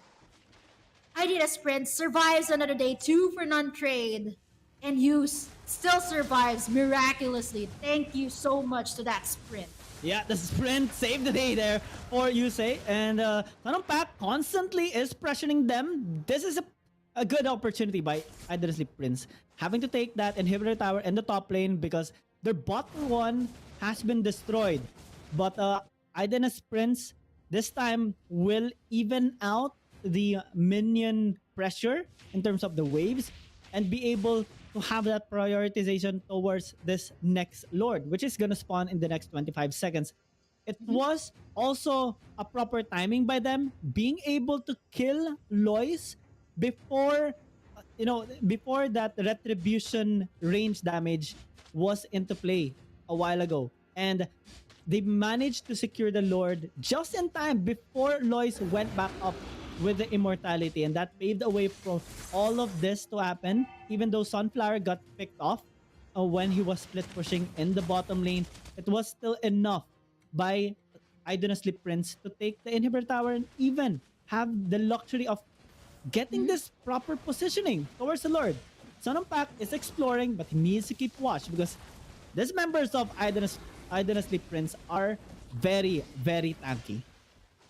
Right, and even the fact that Sunflower is just not letting go of that bottom side. He has been split pushing, forcing Sun Unpack to clear out that wave, and now Ultimate's being topped here by Sunflower as well as Use. Bats Impact takes down Izzy! Another one of the damage dealers for IDNS Prince. Here comes Loy spamming in those cutthroat, those cables. Not enough to take down Sunday. He is quite tanky, and now the Lord is the main target here of those 2 teams. Who will be able to secure it? It's going to be IDNS Prince once again. This is the 3rd Lord that they have secured for the game, but it does not matter. This is the late game. This is what they want for the Sicilian, and now they could be punished for this overextension. Sununpak, Zari going in for the Numenon Blast just to stun them, just to save them. Sunflower's dead! Sunflower again gets caught up in the midst of it all. What was happening there? But again, IDNS Prince on the lead right now. 2k gold lead. They got the Lord. This is the tanky Luminous Lord, the 3rd one, if I'm not mistaken, of this game. And they could potentially end this again Romella is down, Izzy is down. It's only Sun of Pac, Zanri, and Lois left to defend their base. Inhibitors going down slowly. Bats impact here. But Zanri being forced to block everything with all that he got. No momentum blast on Oh, back going Yusei. for Yusei. The main damage dealer into No the back sprint. lines. He does not have the sprint. The bloody hunt onto Opac still saves use No from mana, no death. HP, no problem. Oh my goodness, they can go for the end here. They steal the Lord here, and it's an upset Oh as my. Arena Sprints goes in and takes this with an epic comeback up against their Thai brothers. Oh. Arena Sprints. Wow, the resilience. And did you see Yu's crazy escapes? That was like twice on the Cecilia with the sprint. Crazy. And speaking of Yu's, he is that MVP of the game. 514. I mean, surviving the onslaught of Lois on the Fanny, even Son of Pak, who has been trying to get you most of the time. It's crazy. A Mm-hmm. reverse, or rather an epic comeback here by Idea's Prince. I'm just mind blown right now. Cecilion, like what I mentioned, king of the late game, and Idea's Prince was just like, yeah, let's extend this up until the 25th mark, at the 25th minute. Totally fine. We got used there to dish out the damage. And it was really fantastic coming in from, or really impressive coming in from Idonotsleep Prince. Right. How they kind of endured so much during the early game and towards the mid to late game. Well, they had some lapses, particularly on Sunflower as well when he gets picked off because, well, it's not really that much tanky, but he deals a lot of damage. And the way they actually controlled Lois was on point. Even Sun Pack, because Yusei always gets engaged by this matchup, but they find a way to control him. Bloody on being used, all those crowd control to just prevent that kill towards the Sicilian, and pretty much they muscled their way towards Yeah. winning this game. That's the perfect analogy of this. Endured the early game, cherish Right. the Oh, tankiness in the late game. yeah, it was so difficult to burst down the frontliners of IDNS Prince. I mentioned this earlier when we were talking about what might happen today. I was like, I was looking forward to see like three tanks coming up, Yep. tanking in for someone that has burst damage, which was the Cecilia. And it actually happened today. I'm mind blown, and I'm actually very happy to see it today. It worked very well for IDNS Prince, but we can't deny the early game, especially the pressure that Lois gave. He was just crazy on the Fanny in the early game. But like what I mentioned, if you give the time for use, like heroes that will scale up very well, you tank for them in the late game. It's just pretty much very lethal. It's a very lethal combo, and I think Idea's Prince pulled it off very well. I think I do have to commend Kamui as well. His hooks and bloody hunts onto Ramella, onto Izzy was just so on point. Even I think one point he got Lois, got in the hook, got in the bloody hunt combo, and was able to take him down right before I think that was the first Luminous Lord. So it was just Kamwe also setting up the plays here for Aiden's Prince. Very well played. They got 1 point right now, but again, we still have one more game between these two Mm-hmm. brothers, all the way from Thailand, all the way from Laos, and now they will be battling out for the very last time here in well, for the last time today in the Group B qualifiers. And that is a problem, I guess, on the draft that IDNS Esports or I Do Not Sleep Esports have made. You know, they had a lot of damage in the early game, but it kind of falls soft towards the late game. I think things could have been different if they picked up a different marksman for themselves, or if they were to stick with the draft that they have made, closing it out quite early or like the earliest as Right, possible would have been the best for them, or at least securing, because they had the chance with the Lord a while ago. They have secured the bottom lane already. They could have secured mid lane and top lane inhibitor. If they secured all three inhibitors, I think there would be no jungle access already for the side of Idonotsleep Prince, and they could have slowly exhausted them towards with the waves, because there's little to no wave clear on them. right, They were relying on use a while ago, but in the mid game or in the early to mid game, he doesn't have that much damage yet because he has right. been trying to avoid the team fights, and that could have been the opportunity for I Do Not Sleep Esports. I feel like they haven't been sleeping, just preparing for this Mekong qualifiers. I mean, they really put up a fight. It was just a pendulum the entire game. I didn't know who was going to win. I think it was a very even ball game, and I think both teams really showed how well they've mastered the heroes, how well they've mastered the micro and macro of the gameplay. But ultimately, I think IDNS Prince, the way they held out, and it also mattered like what Sunflower did. I know we didn't really see much of Sunflower's Way of the Dragon. It was more of Sunflower split pushing. I think that Mm-hmm. was the plan.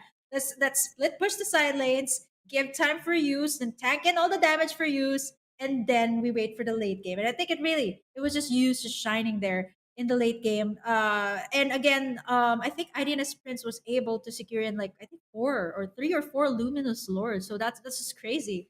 The additional tank to your team, right? You're already Right? tanky enough. Then you got the luminous lord. It was just really difficult to deal with in the late game. If I think it would have been easier if IDNS Esports just closed it out earlier on. It would have been very difficult for use. It would have been very difficult for everyone in the side of IDNS Prince, especially since they haven't gotten all the items that they need. But right now, I think maybe just maybe they'll open up the fanny because they know they can deal with it, or maybe ban out the hero like a Cecilia. And it's kind of unnoticed, right, for quite some time, but it really shined very well in this game. I think this is one of the things that I Did Not Sleep Prince is looking forward to. Right now, and Group B, they are the highest. They have the highest points. And Yeah. the best part of this is that two things can happen. Either I Did Not Sleep Prince will have the highest score, or they would be tied with Idonotsleep Esports if ever they would lose here, and Idonotsleep Esports would secure 2-0 against their next opponent, which is Nextplay Esports. So that's how well Idonotsleep Prince have secured their spot already for the final stage. They're sitting comfortably. This is a good sign coming in from them, and the way they have adapted towards their brothers in Yeah. the Thailand server is fantastic to see. Now, transferring Yeah. towards the blue side, they will have first pick priority. Putting Yusei still in their mid, could they have the Valentina priority here? Yeah, they could have the Valentina priority, not unless IDNS Esports will take that out, but it's still going to be pretty much the same. The Same Hilda, bans. I'm not surprised if it's going to be the Grok that's banned out. I mean, yeah, it is the tank meta, so you don't want to be giving out these tanky heroes. Yeah, Valentina, of course. Yeah, I did mention this that Prince has the first pick, and if you give out the Valentina, it's going to be really lethal. It's difficult to deal with. It has mobility, it has damage, so pretty much a great choice of ban here for IDNS Esports. And I think for Prince, will they take out Fanny? I mean, it was so difficult Mm-hmm. to deal with in the early game, but I mean, they did so well in the first game. So will they, just let IDNS Esports take the Fanny? It's going to be the Karina ban for Prince. This has been a repeat ban for them. They've utilized it as well, but I think this time they want to close it out. Let's not give the let's not give the Karina rather to the side of IDNS Esports. I'm thinking it's going to be a Grok ban here. Grok ban, maybe Yep, even you the have to take it out. Basha. But I think IDNS Prince, it's so difficult to read their draft. Sometimes they go for the assassins, they go for the front to Mm-hmm. back line. Sometimes they just go for look at that. The first game was just tanky heroes. Then you got one or two damage dealers. It was enough for them. Played out really well for them. So now I think it's a matter of taking out the comfort picks, especially since these are two teams that I'm sure they've done tournaments, they've done scrims together, they know each other pretty well. They're from the same organization, just different regions right now, but they take out the Eve. That Makes is sense. also, yeah, it's also something that the IDNS Prince has used. So it's massive range, massive AOE.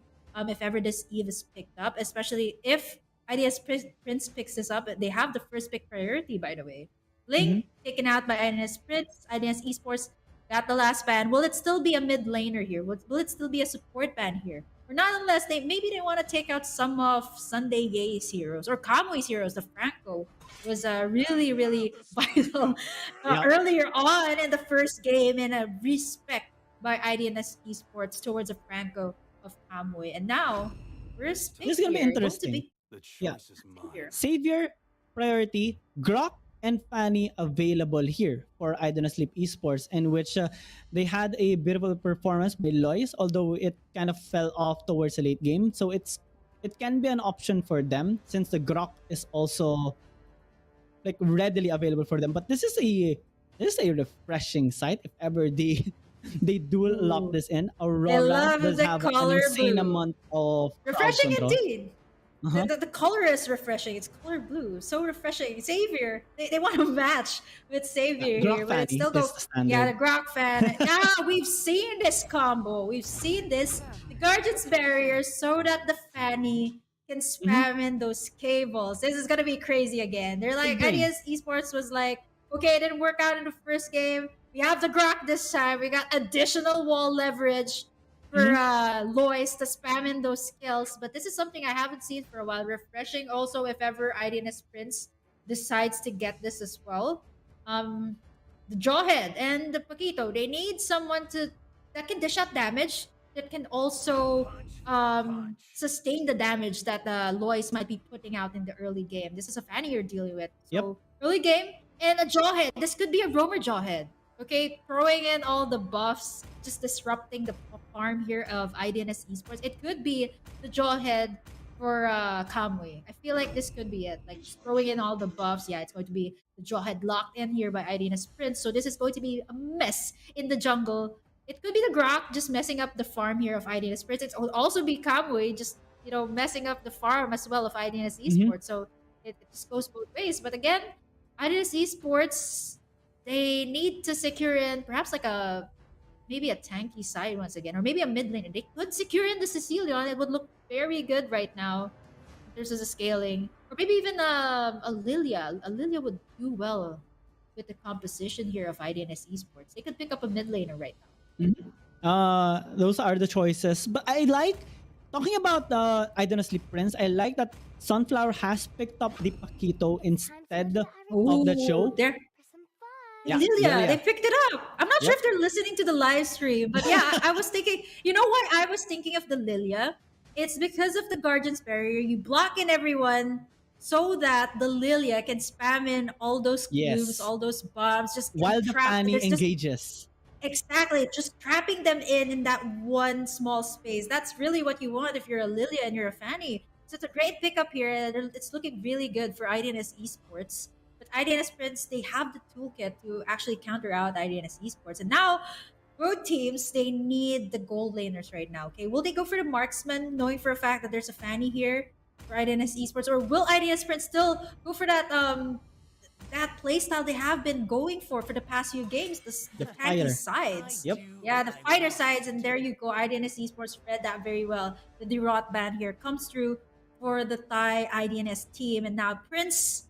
They have a roamer, they have a mid laner, so they still need a gold laner in the side lane. I'm thinking Masha ban here would Fun is come. all that matters. Pack was just Sun Pack was so difficult to deal with. Not unless you will be playing this Grok in the XP lane. Who knows, Mhm. right? A Grok side lane or maybe a Grok gold lane could also make sense here for IDNS Esports. But looking at the first three picks here of Thailand, I feel like they're just going for a roamer Grok here. Definitely a roamer Grok. Yeah. With the possible combos from these three heroes, I think it's a roamer Grok.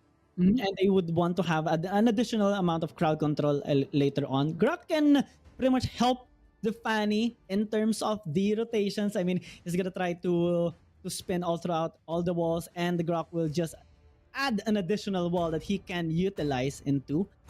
I want to highlight as well.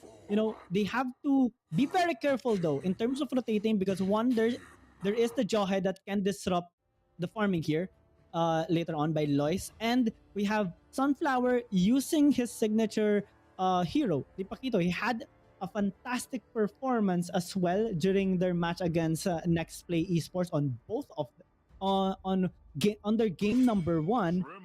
And I think he's gonna have a better performance with this compared to the Cho, because it can actually go 1v1 against a Fanny.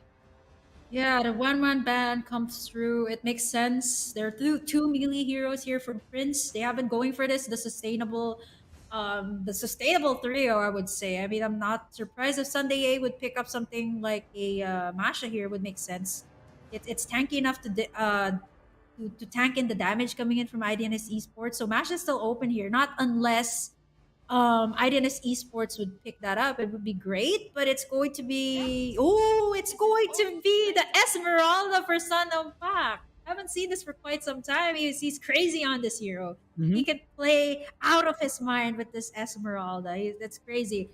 It's great, the Esmeralda to deal with the Savior that has so much range. And now IDNS Prince, they need to secure in the jungler or to secure in their side. So now my biggest question, will Sunflower be playing this gold laner Paquito, or will it be a jungler? Ultimately, I think we will find out after these last two picks from IDNS Prince. Yeah, it's What's gonna it be going to hard be? for them, to pick up Yuzong once again? what can contest with them, right? Because so far, I do not sleep. Esports has drafted a full-on engage composition with a pretty safe mage with a Lilia because he can just go back. I like the pick here. An additional tank towards the side here of Idonotsleep Prince and pick up the back shot. So go for durability. It worked during game number 1. It might just work on game number 2. This is like a version 2.0 on their initial draft during game number 1. And I think they have a better standing in the early game with the Jawhead and also a sizable split push advantage with the Paquito or side lane control with the Paquito. Plus, you have a tank, an almost immortal Yeah. tank with this. A Yeah, Uranus. I Like, how think do you these feel are that? very tanky. This is a very tanky lineup from both teams. IDNS Prince and IDNS Esports. I'm not surprised if they'll pick something. Ooh, this is quite interesting. There's going to be a Selena. This is crazy. There's a lot of good picks coming out. So it's going to be Roamer Selena, giving vision Mhm. here for IDNS So, Esports. Grok Then is is going where? going to go to the side lane. Or Uh-huh. yeah, okay, it could make sense. Grok. Okay, so where Grok will the gold? Esmeralda go? It's either the Grok Gold or the Grok XP, or perhaps this is the thing So we're about gonna see a IDNS. damaged Grok. No. This is the thing about IDNS. For the longest time, this is what I noticed about their playstyle. They are very well versed in the meta. They have a Yup. lot of heroes It's under hard to their read belt. them. Yes, Oh, I see. exactly. It's so hard to read them. Just when you think that it's kind of game over for them, they bring out something new. They bring out the Selena, which is, by the way, still one of the top bans, according to the Mobile Legends website. So it's very difficult to deal with the Selena, the stuns, the vision, and as well as the map control. Right, the Selena just puts out the traps all around the map. You can kind of locate where the enemy is, then you can make your move. I think that is the call here for IDNS Esports Thailand, because that's what they lacked earlier on. There was just a lot of concealed plays, a lot of death bushes from Prince. Therefore, they couldn't make the pickoffs that they wanted, despite the fact that they had the tools that they needed. And now again, this is going to bank in a lot on use savior. Okay, use the savior, because pretty much IDNS Prince, their damage dealers again are going to be Sunflower and use. So those are the heroes that you need to pick off. Yes, there is the Selena to reach the backlines. There is the Esmeralda, and of course there is the Fanny. And now it's going to be Ompak. Okay, surprisingly, it's Ompak on this Grok, the high and dry lethal Grok, Ooh. almost taking down Sunflower. And he is actually winning this lane up against Sunflower. They both have the high and dry emblem, but look at the way Umpak is playing this, just dancing around with Sunflower on the top lane. Unfortunately, they are both quite tanky, I would say. But you have got to give it to the Grok in the early game. Oh, add the pressure here from Zanri. Add the Abyssal traps here. It's going to be extra hard here for Sunflower. But here comes Kamui to save the day, helping out his side laners. Still pokes coming in from these two teams. No casualties yet, but I think the main target for Prince and IDNS Esports is going to be the top lane here. So Mhm. much pressure on Sunflower.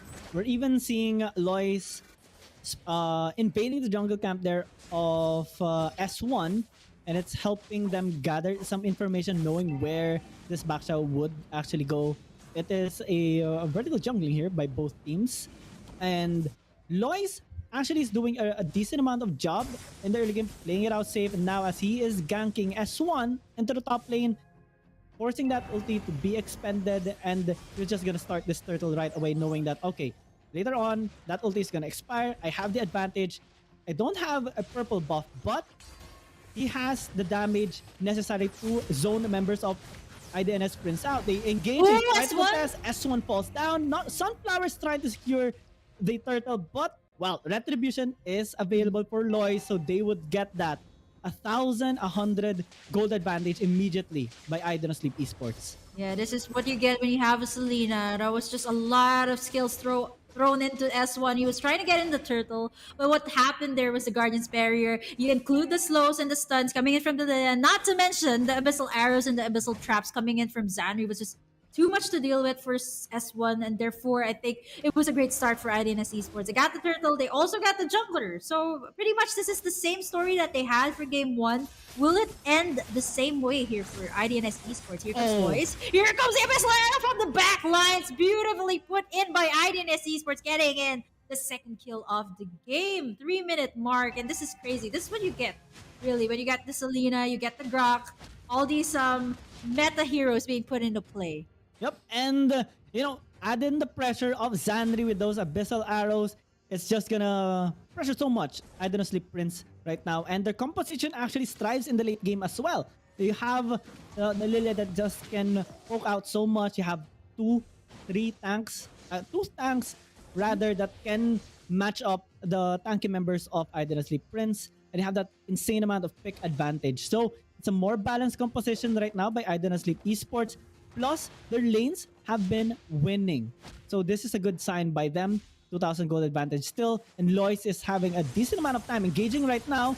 Dawning Light being expanded, but numbers advantage by Idonotsleep Esports. It's going to take some time before the members of Idonotsleep Prince arrive here, but no casualties have been made. They're going to respect the boundaries. Someday is quite alone. I don't know why he was recalling from that bush, but he's going to die because of that.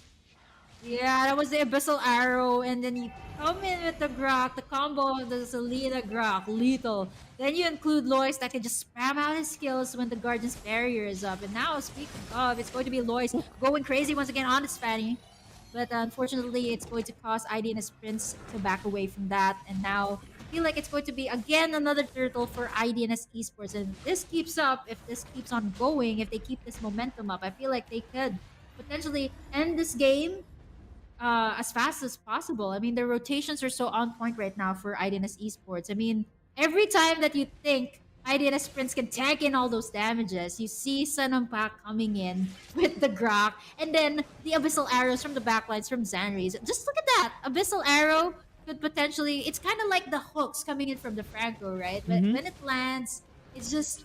You know that the team will definitely get a kill. But look at the top side though. Sunflower almost getting caught up there by 3 members of IDNS Esports. Fortunately enough, yeah, I like what IDNS Prince is doing. Yeah, if you're going up against like heroes that can assassinate you, that can take you down in an instant, you just go in for those tanky sides. And yeah, Sunflower is quite tanky, getting in the tough boots. And he already secured in that War Axe, by the way. Guardian's Barrier. Up here, Lois trying to get in this tower, and I feel like with Lois on his fan, he's so slithery, he's able to take in the tower on the top side to half HP. I like how they do the cross-map plays. IDNS Prince, the tanky members, try to go on the other side when they see Idonotsleep Esports ganking on the top side of the map. They try to even out the amount of pressure. Even if they are behind in terms of gold, they're still being able to catch up. And they have a decent amount of scaling as well. Sunflower, though, is having a bit of trouble. The wall put up, and the Sunpack is going for that execute kill spin as he punches his way towards that boxer, and he will even have the luxury of securing that tower. S1 trying to avenge his ally, but this is retribution being used. Yeah, he will secure the kill. He will secure the kill, avenging Sunflower. Again, it was a beautiful execution there of skills coming in from Sanampak, using in the wild charge, combined it with the Guardian's Barrier, super little Grok, and now it is pandemonium once again here on the bot side. A lot of stunts, a lot of slows. They are able to secure in, or they're rather able to safely save this tower on the bot side, but the pressure really is real if you have a Selena. You don't know where it's gonna rotate, and not to mention vision that it has. But again, IDNS Esports looking so good right now as they take down Sunflower again for the second time. The lethal Someday rocks. is immortal. Yeah. It's too tanky. I mean, Izzy is trying to drain him, but it's taking some time. Finally gets a kill on Someday, and the turtle has been secured as well. So good job here by Idonotsleep Esports, accelerating this game even further in favor of them. And Idonotsleep Prince is kind of struggling as of the moment. This is understandable given their composition, but what they need to do right now is plays even safely. We see them trying to contest sometimes, but it's leading to more casualties, and I think they should avoid that. Right now, if you look at the items, it's Oh of course no. obviously gonna favor IDNS Esports, and now all four members, entire cavalry of IDNS Esports takes down S1.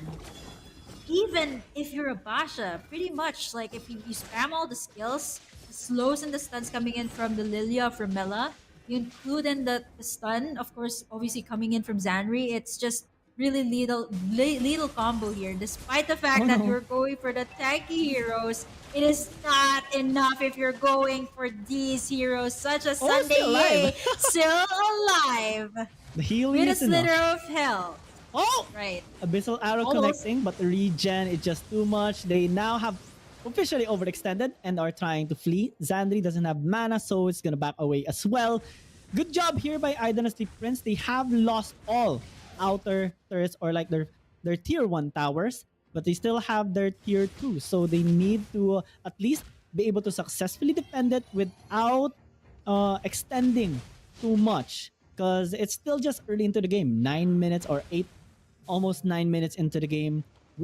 Last game, we saw them popping off towards the 20-minute mark, and it's still just halfway to go. S1 getting caught out once Oh, again. wild He's gonna fall charge down. again. Xandri takes a kill, and then they have another victim, Someday, which is quite tanky. Might not be the best target here, but Kamui is trying to help him. Doesn't have an escape tool anymore aside from the flicker, which he has used already.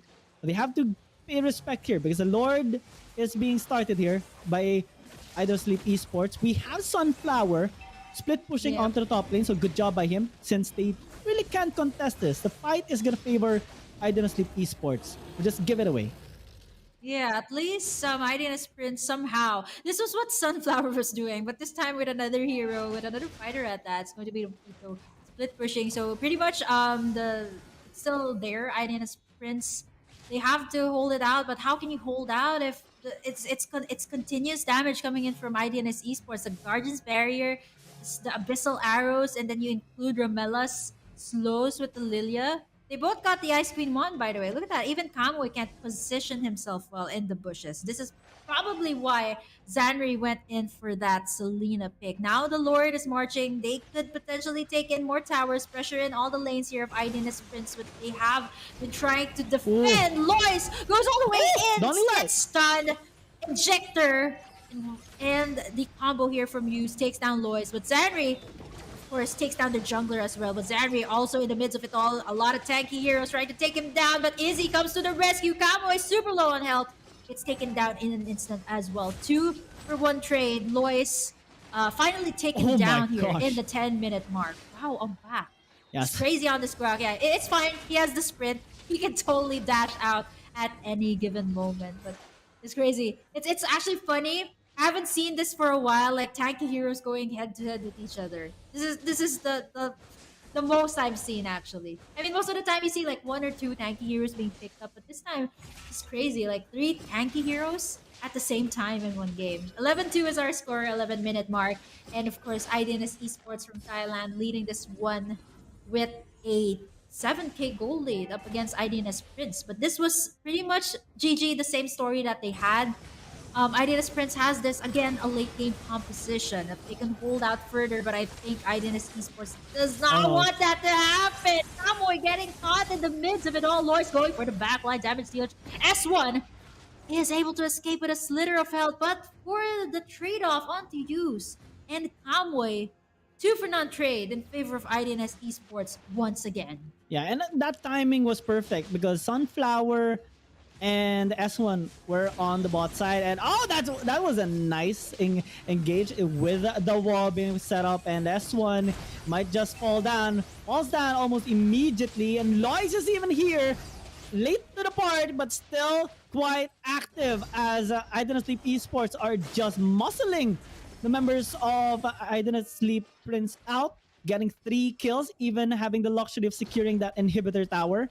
And they're just 2 ahead right now. I think they're almost crossing to the point of no return. 9,000 gold lead. Previous game, it was just 6 to 7,000. But if this keeps on, Idonotsleep Prince will have a much harder time turning the tides around. You know what makes it difficult here for ID and Prince, despite the fact that they are quite tanky? It's because of the pick here of Ramela. Insane on this Lilia. 0-0-10. So mostly on the assist. And this is the thing why IDNS Esports can't go in. It's not because of Zanri, it's not because of Umpact. It's because of Ramela's stunts with the Gloom. And IDNS Esports can go in for the unfully engage. Just look at that. Even Kamui trying to go in for the ejector. And right now, teamfight is still continuing. S1 is trying to zone everyone out. They have to give this purple buff away. Losing a member, Kamui, is going to be significant because they don't have that much crowd control and the numbers advantage being, utilized here by Idonotsleep Esports as they are grouping up towards the bottom lane as Lord is pushing into the mid. This is going to spell out trouble for Idonotsleep Prince because, well, someday is quite tanky. But he's being ignored during teamfight. When he's alone, now he's gonna attract some members. And with 4 people attacking him, is not quite immortal just yet. They will secure that bottom lane tier 2 tower and might even threaten an inhibitor tower push because of their numbers advantage. Pakito falling down and it's a disaster here. Wild charge! Damage is just too much coming in from Son of Pack. And with 2 members alive, Idonotsleep Prince are guarding for dear life. But I don't think that's gonna matter. Idonotsleep Esports will tie the series 1-1. What a game by IDNS Esports. They finally made this finally shine from Lois. And I think ultimately it was difficult for IDNS Prince to pull off once again that playstyle of having the tanky sides. It was difficult for Kamui to do in the ejectors, especially before he can reach Ramela, before he can reach even Zanri there. There's a lot of slows and the stunts. And not to mention the wild charge coming in from the lethal grok of Sanampak. But I think overall, it was a more coordinated clashes coming in from IDNS Esports from Thailand, and I think this is why they were able to execute this type of draft. This is what they lacked in the first game, and like what I mentioned, the combo of the Selena Grok and then the Fanny, you could just do in all those combos. It's just crazy. I think for the most part, they did very well, and right now, I think it is going to be Sanong Pak as the MVP. The lethal Grok, look at that. Not even one defensive item. Yeah, the tough boots, of course, given that there are a lot of there are 3 magic damage dealers here from IDNS Prince. Wow, this is the Grok that he didn't even switch out to like defensive items. Yeah, I think he was perhaps building on an Athena's shield, but ultimately the Blade of Heptasis, the Malefic Roar was just enough. One ball charge, like what you mentioned, like look at the damage coming from that Grok. It's just Grok with a high and dry. You pair it up with the Malefic Roar, and right after that, if he doesn't get the kill, Lois just comes in to just take down everyone. I think it was an almost wipeout in the last part, and then eventually it was just IDNS Esports from Thailand locking in the tower, getting in the victory up against their brothers from Laos. But it was a very good game, well played.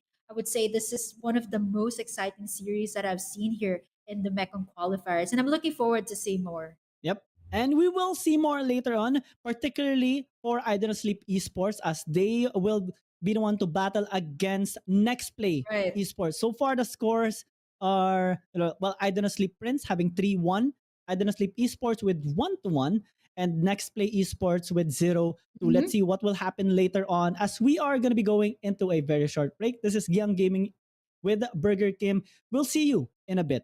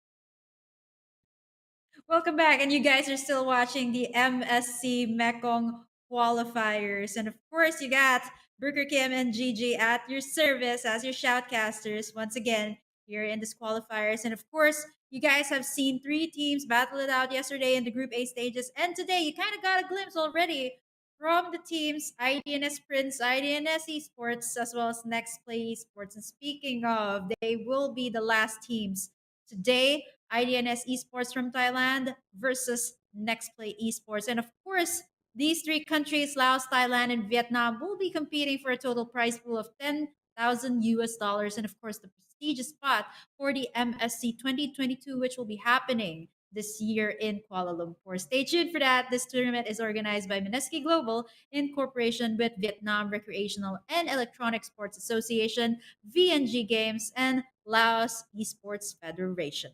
And we'd like to thank everyone that made this very much possible. Veresa or Vietnam Recreational and Electronic Sports Association is the SEA Games 31st esports Mhm. organizer in Vietnam. VNG Games is the Mobile Legends Bang Bang publisher in Vietnam, and Lao Esports Federation is responsible for Lao big esports events such as the 31st SEA Games qualifier and other international tournaments.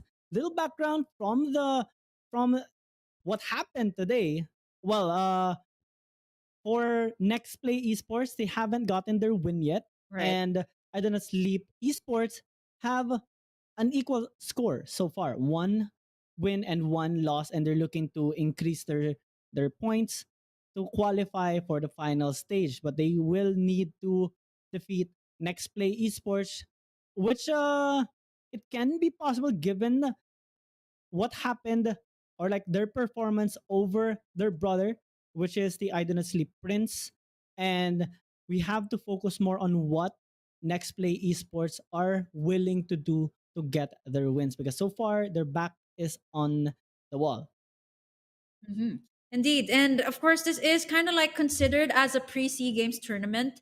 Esports at the 2021 Southeast Asian Games will be held, by the way, at the National Convention Center in Hanoi, Vietnam from 13 to 22 of May this year. Mobile Legends Bang Bang will be one of the featured games and one of the medal contested events in the 31st Southeast Asian Games. And in case you guys are wondering why there's only two games, it's not, it is a series, yes, but it is a best out of two, which means the teams, they're just competing more for the points to be able to get into the playoffs. That's what they're fighting for. So I think I've seen a lot of like, why are there no game threes? It's actually because there are really two games Mm-hmm. in the series and they're just battling for points here. So right now, Gigi did give you guys a recap. And now it is going to be vital for next play to secure in some points here. I mean, it actually could be possible, but they're going up against the Thailand powerhouse, of course, IDNS Esports, which is they've also had a lot of how should I say this, like titles under their belt. The Thai representative for the MSC 2021 and the Thai representatives for the Razor C Invitational. Next Play Esports is one to be proud of as well. They are the runner-up of the Southeast Asian Games Vietnam qualifier, so they are also a team that you should watch out for. But of course, they are all battling it out for the 10,000 US dollar prize pool. For the champion, it's 4,000 US dollars, and of course, the one that they want the most, which is the MSC slot, followed by the $2,500 second placer, third placer 1,500, 1,000 for the fourth placer, and 500 US dollars each. Simply if you are the fifth or sixth placer. And speaking of GG, I think a lot of people are also wondering why there aren't any giveaway giveaway codes today. We will be having, don't worry guys, we will be having a lot of giveaway codes in the playoffs. So stay tuned for that in the upcoming days. Yes, and we can just focus more on what is happening right now. The teams that are battling out for their spot in the final stage. Looking at the teams right now, so far, I don't see Prince after their two long series. They have successfully secured their spot in the final stage, and it's up to these two teams to check and try to secure their very own spot. We're having a little bit more favor on Idonotsleep Esports because they only Sir, need to what's your secure at command? least one win and they would be able to qualify. Next Play Esports has to put such tremendous work towards this series if ever they do want. And of course, they do want to secure their spot in the final stage, starting it off with a respect ban onto Lois. Yeah, Lois Hispani been used twice today. Wasn't that successful the first time up against the Prince, but the second time it was just massive impact on the gameplay that IDNS Esports had. And of course, Nextplay Esports did their research very well. They take out the Phobius, perhaps kind of like a glimpse of what they want to put out as well. Maybe the Cho will be put into play, the Lancelot, which by the way I haven't seen in the Mekong qualifiers, given the fact that yes, it is the tank meta, so we don't really see much of that. It's also been banned away for the most part. So for IDNS Esports now is they could take out the Ling, which seems to be a favorable pick here for next play Esports, Mhm. or maybe even something. Yeah, okay, I was thinking a Ling, any jungler here. So it's going to be the Karina out as well for IDNS Esports, the Masha. So it seems to be next play Esports respecting the side laner here of IDNS Esports, and Or like what I Sanonpa. mentioned, Sun Pak is crazy on the side lanes. He can play anything actually. I haven't seen like I've seen him play a Phovius, I've seen him play a Masha, I've also seen him play an Esmeralda as a Uranus, but he was absolutely crazy on the Grok, which by the way is still open right now. Not Mhm. unless they ban it out. But I don't think, Idonotsleep Esports would at least try to prioritize Yeah, the Ling, there you go. good ban on the Ling. I think they kind of have an inkling that Nextplay Esports would get really mobile heroes to have that good access towards the rotation to gain an advantage. Speaking of the availability of the graph, it can be picked up here by either team, but I think Nextplay Esports would focus more on where they get their strengths. A while ago during their match against either the Prince, they actually tried to go and take something like the the Savior, which is available as well. They got the they got the Ling as well, but it is Mhm. banned so far. So I don't think they Yeah. would have that much choice. Hilda, we kind of forgot about this. It has been banned out consistently, and since Mhm. it's available, why not just take it, reflect, and easily pick it Ooh. up? Right, reflect going for this, and now IDNS Esports, perhaps, maybe if Nextplay Esports wants to go that route, they can take in the Eve, which seems to be something that they like, but ultimately they also need someone to sustain on the sides. This has been banned out in the second banning phase quite so often. The Derot and the Savior combo. So you got the range, you got the melee damage dealer, which is the Derot. So if ever IDNS locks this in, it could be a fantastic combo. But okay, let's just go for the fast rotates. Lois on the Basha this time, since it seems to be a lot of assassin heroes or a lot of junglers already taken out. I mentioned the Eve earlier, that could have been picked up by IDNS Esports. They go for the range this time. Yeah, if you got a savior for the range, what's the next best option? You got the Eve. I love this pick. Especially since the jungler here, IDNS Esports with the Basha, it's not gonna be easy to pop in that shield unity to go in for those dives if you have an Eve in the team fight. Solidified with the Derot as well. Which is Great one of choices the for heroes they next have play. been consistently banning. Yeah, Idols the Esports. Derot. This is good. This is good coming in from the draft of Next Play Esports. The Pasha though is gonna be a good pick coming from Idols Esports, and I think they would be able to pick up one more frontline for the team in which Gronk is available if they want to take it. They can do. Yeah, I was thinking they picked up the Derot here for next play esports because they were anticipating that Sun Pack was possibly going to pick up the Esmeralda, a great Mm-hmm. answer to the Eve. And speaking of the answer to the Eve, there you go, the Yuzong pick coming in from Sun Pack. This is still pretty much a great choice. You got someone to deal with the Eve, especially since you got the Black Dragon form. You can just fly all the way to the Eve, as compared to the Basha that still kind of needs to roll in before he can get the Eve. So these are pretty much answers after answers. So kind of like counter picks after counter picks coming in from these two teams. Last two bans here, GG for Next Play Esports, and I do not sleep esports. Next Play still does not have a jungler, so if I do not sleep wants to limit out that route, they can take out the Lancelot here. I mean, if you go, there you go, the Lancelot. I don't even know. Okay, I'm not. I'm not seeing the stream. I don't have any cheat codes. I'm just guessing based on what I know. Lancelot ban comes through, so they're really limiting out the hero here of Gen X Hera. Maybe resorting to a possible Roger. or maybe even a fighter jungler. So I think it's more of this has been the route for the teams going up against Nextplay, banning out the heroes of Gen X Hera. Yeah, having to remove those assassins and good early game heroes is gonna limit the options here of Gen X Hera. What during their match against Idonotsleep Prince, they tried out the Link, they tried out the Roger. Unfortunately, it didn't turn out into be a win for them, but it is one of their comfort picks, and they might actually just make it work. However, that is kind of interesting. Did they not ban? Yeah, so I think perhaps maybe no, they're taking their sweet time. Okay, taking their sweet time right now for IDNS. It is the last man, so I'm not surprised No, if like they'll for maybe next take play. out the Roger as well. Yeah, okay, take out all the jungler options here for Gen X Hera. They're sorting to possibly something new here for Next Play Esports. And I think for Next Play Esports, they still need to take out. Yeah, there you go. All the junglers out here. It's kind of like 4 heroes out for Gen X Hera. And now Mio will have a sweet time, like picking up a gold laner that he wants. So it seems like the target here for IDNS is really the jungler here of next play. Now final ban is going to be the Paquito ban. Right, it makes sense, especially if you put up a Paquito, it can dish out damage, it can also split push, it can also be like a side laner, gold laner even. Mm-hmm. It's a flex pick. Great choice by Next Play Esports. They do need a jungler still. And now IDNS Esports, they need someone to scale up in the gold lane.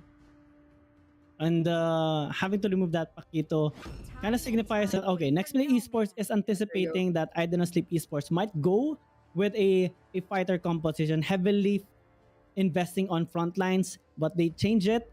Beatrix, high damage, insane amount of damage, and good sustain in the lane as well. Because this particular hero is kind of independent in the lane. He can scale up, she can bully out the enemy laner if ever gonna go with pretty much anyone, and the outplays can be amazing as well. So how do Next Play Esports answer with this? Little might not be the best option. I don't think that will be locked in. Yep.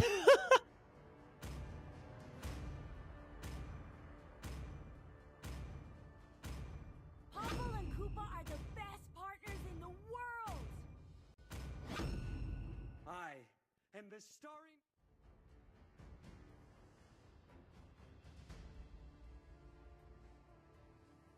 Kushan. I think this is the first time I've seen a Gushan.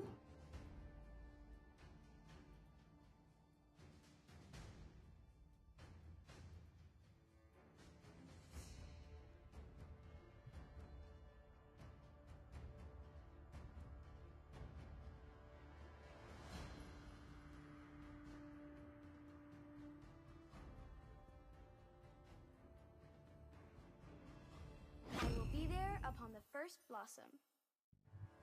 Perhaps the Savior and the Beatrix. So I'm surprised with this myself. I like how the draft is for both teams. The sudden Gushan pick for the additional burst damage. Well, you still get that assassin. This time it deals magic damage instead. But Mm-hmm. if we take a look at the draft tier of Idonotsleep Esports, it's still relatively scary. You have that late game scaling from the Beatrix, and you have so much frontline power. They even picked up the Angela for the additional sustain. So it's gonna be an extra challenge to get that kill onto the Beatrix.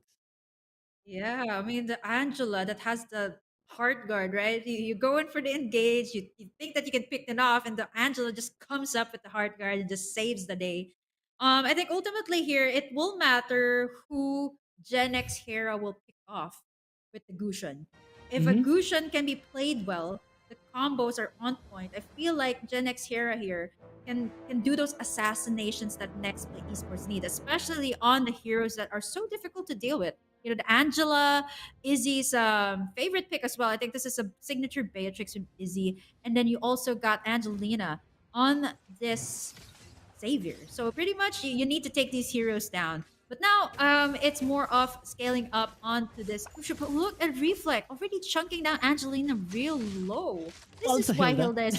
Yeah, it is a Hilda. You go into the bushes, you get in some shield. So it's totally fine, right? Totally fine. A different Reflect we've seen today kind of reflected on the picks earlier Mm-hmm. on the gameplays earlier, they kind of had like some sort of reset here, right? They got one series where they got into have some rest. As for Idonis Esports, it's a continuous battle for them right now. Look at Reflect. He's not even the jungler here. That is a lot of damage. He does have the sprint here, so it's more of poking the mid laner, poking in the roamer, so that they're forced to go back. Look at that. Angelina's already half HP, forcing him to go back, missing out a wave. It's going to be a faster rotate here for Nextplay Esports. Yeah, and they have so much access for their vision, and it's gonna give them the proper advantage in terms of rotation, because I don't know, Sleep Esports is kind of busy avoiding Reflect and making sure it doesn't get any steals, but they are Oh, transferring their Reflect. might onto him.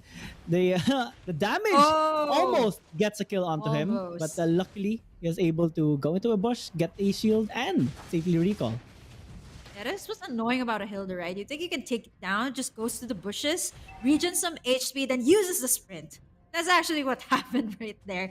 But insane early game pokes coming in from Reflex. So that pretty much made Next Play Esports here, or rather Gen X Hera, to have the free time to farm up to be able to scale up on the Gusion. And speaking of scaling up, GG, Gen X Hera has this mystery shop emblem on the Gushon, which means that he can purchase the items as fast as possible. Which means Mm-hmm. that Next Play Esports is kind of like banking on him to make those assassinations, to make in all those ganks on the lane. So I think this is pretty much a game plan of Next Play Esports. Yeah, and it's kind of reminiscent. I like seeing a Gushan because it reminds me of how, well, when I started playing Mobile Legends, it's actually my favorite. I I one trick Gushan before, and it's very fascinating to see amazing players utilizing this particular hero. And Mystery Shop is definitely gonna help him be able to snowball faster by having that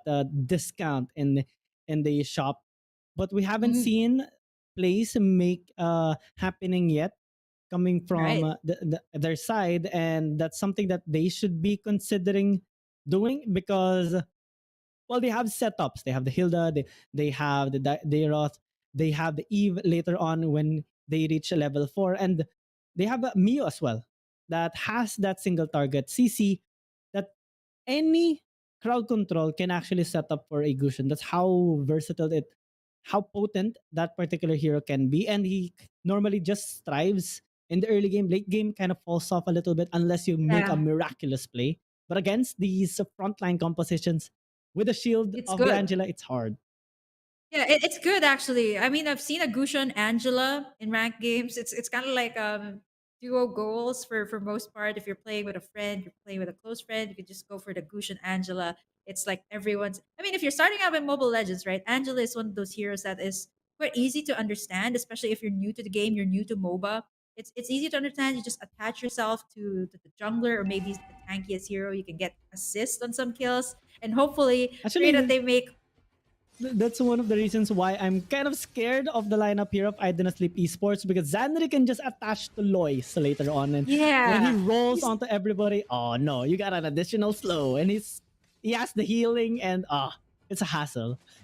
yeah, you think you can take down Lois, but I guess you're wrong. You got Xanri here with the hard card. Izzy going for the pokes here. So it's more of the pokes here in the early game. Still not much of the assassinations that we're waiting for. Lois already rolling in. There is the hard guard here that we are waiting for, but Xanri's not going to be using it. Reflect getting chunk down real world manipulation as well onto the backside. Lois gets that first blood for IDNS Esports. A great start. The Xanri Lois combo. This time it's not the Angeline, right? It's the Angela Basha combo from Mm-hmm. IDNS. Yep, get that ball that rolls with so much slows because of that combo. And Lois and Xander are just having a good time here, ganking in the bottom lane. I don't think Miyu can do anything about it. It does deal significant damage to Xandri, but they do have sustain. Reflect is here, but I don't think it can do anything much. They have to respect the engages coming in here from I don't know, Sleep Esports, while Sun Pack is just split pushing, happily farming onto the top lane. Nice use of that retribution to secure that objective. And Mark's on Oh the dear. way, is nearly on the way towards the grave. Dawning Oh, Light ah. secures and makes sure he goes back into his base. That's kind of funny because Angelina was like, "Oh, you're on your way back. You're on your way back home. Let me help you a little bit. Let me use that dawning light, make it easier for you to get back to the base." Quite funny. He actually thought he was gonna escape that, but that's really what's difficult if you're going up against the Selena, the heroes that have range, Selena, Layla, and the Moskov. You're gonna go home, yes, regen some HP, and then you get hit in by the dawning lights. Yeah, it's a big Beautifully hassle. executed. It's Yeah. sometimes a hassle seeing whenever you try to escape or any g- like global or long range ultimates. Mhm. It's a hassle to see when you try to recall. Even the Yusung Shin's ultimate. Whenever I play in there before, when You're it about to was go home, meta, right? back about to go home, just in a bush, looking at the shop already, like, what should I pick? And then all of a sudden, you see your screen turn gray, and oh, okay, Okay, I'm YSS dead. ulted. What happened there? Even if you have the sprint, right? You have the sprint, you're dashing away from the potential death.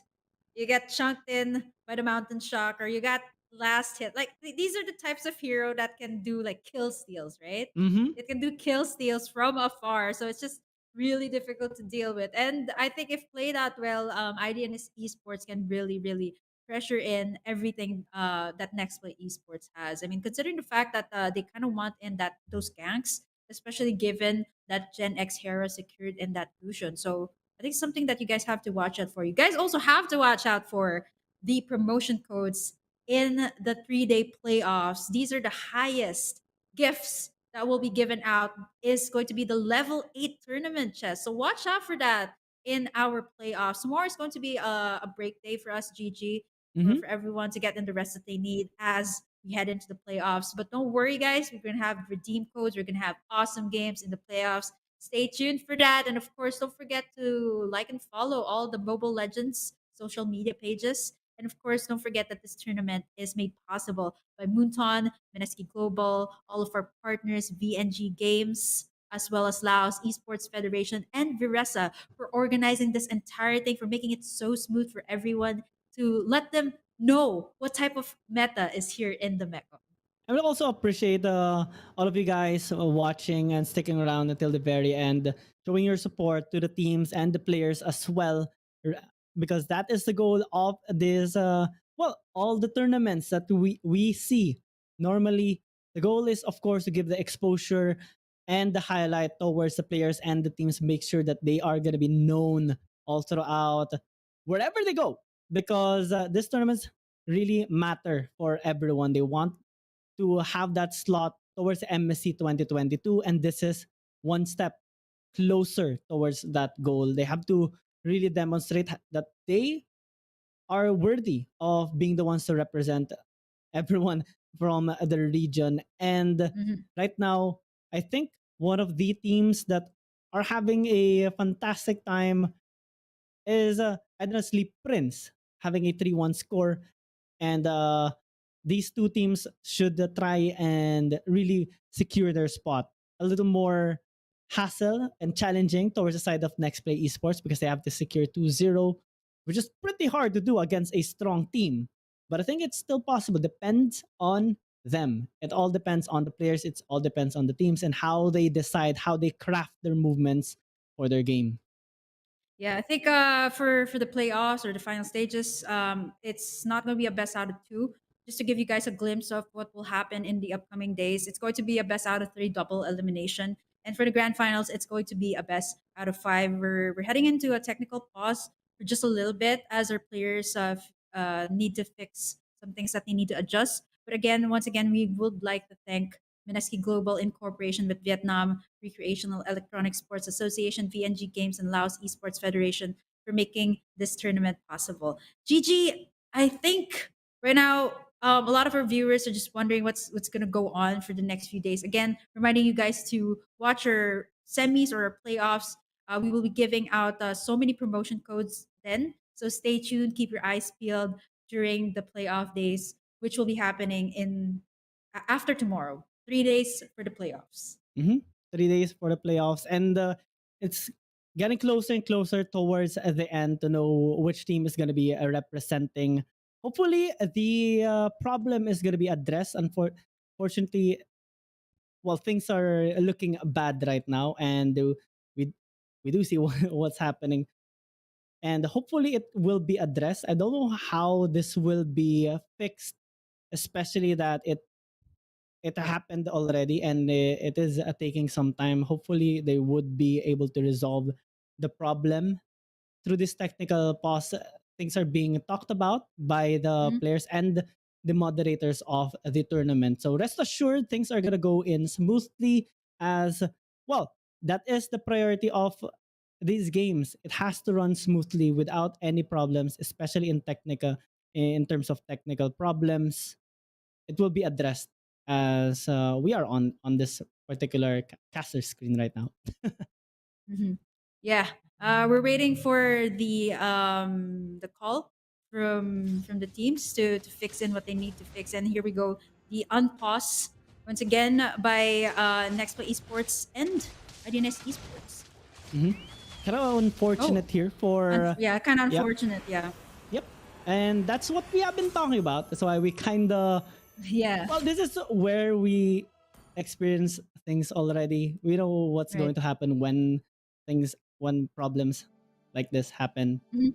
Of course, there is a priority on how smooth the game should be. If someone is experiencing any kind of technical problem, especially at the start of the match, it will be resolved immediately as addressed by the moderators. And what we just focus on is what's happening to the game and what is gonna happen here in the tournament, like the bigger picture.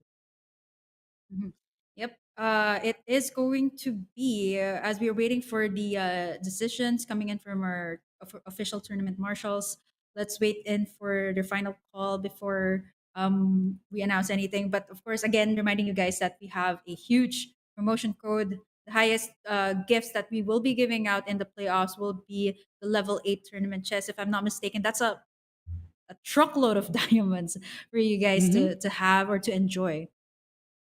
And speaking of diamonds, it would be so much enjoyable to get those. I mean, MLBB has some amazing skins, and if you have skins, you have something to flex. So that's something that the you people should be a little bit looking forward into. I'm kind of jealous a little bit because Yeah. we can participate in it since we are the caster.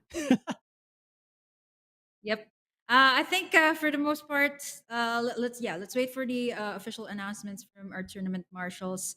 But it is going to be a 0-1 in favor of IDNS.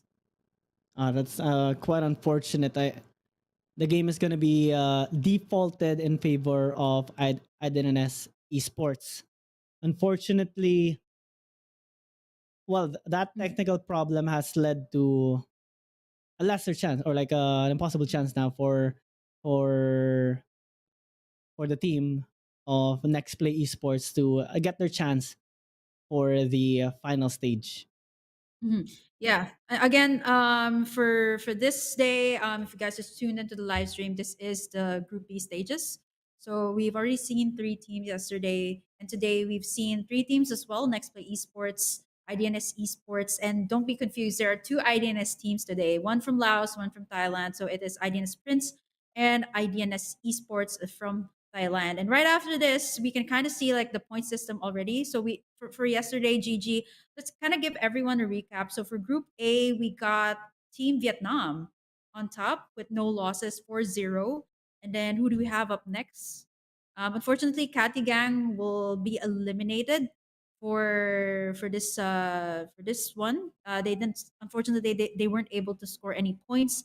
Team Vietnam followed by Nightmare Esports with 3 points in the Group A stages. And as for today, we have IDNS Prince leading with 3 points, if I'm not mistaken, GG, right? Mm-hmm. IDNS Prince, then IDNS Esports. We still have to wait out for the results of this game to be able to see what their final score or final points will be like. Yes, and well, due to the problem, we will be trying. Well, of course, it is going to be addressed for now. We are going to be going into a very short break, but Mhm. when we come back, action is going to come back as well. This is Giang Gaming here with me, is Burger Kim. Don't go away. We'll be right back.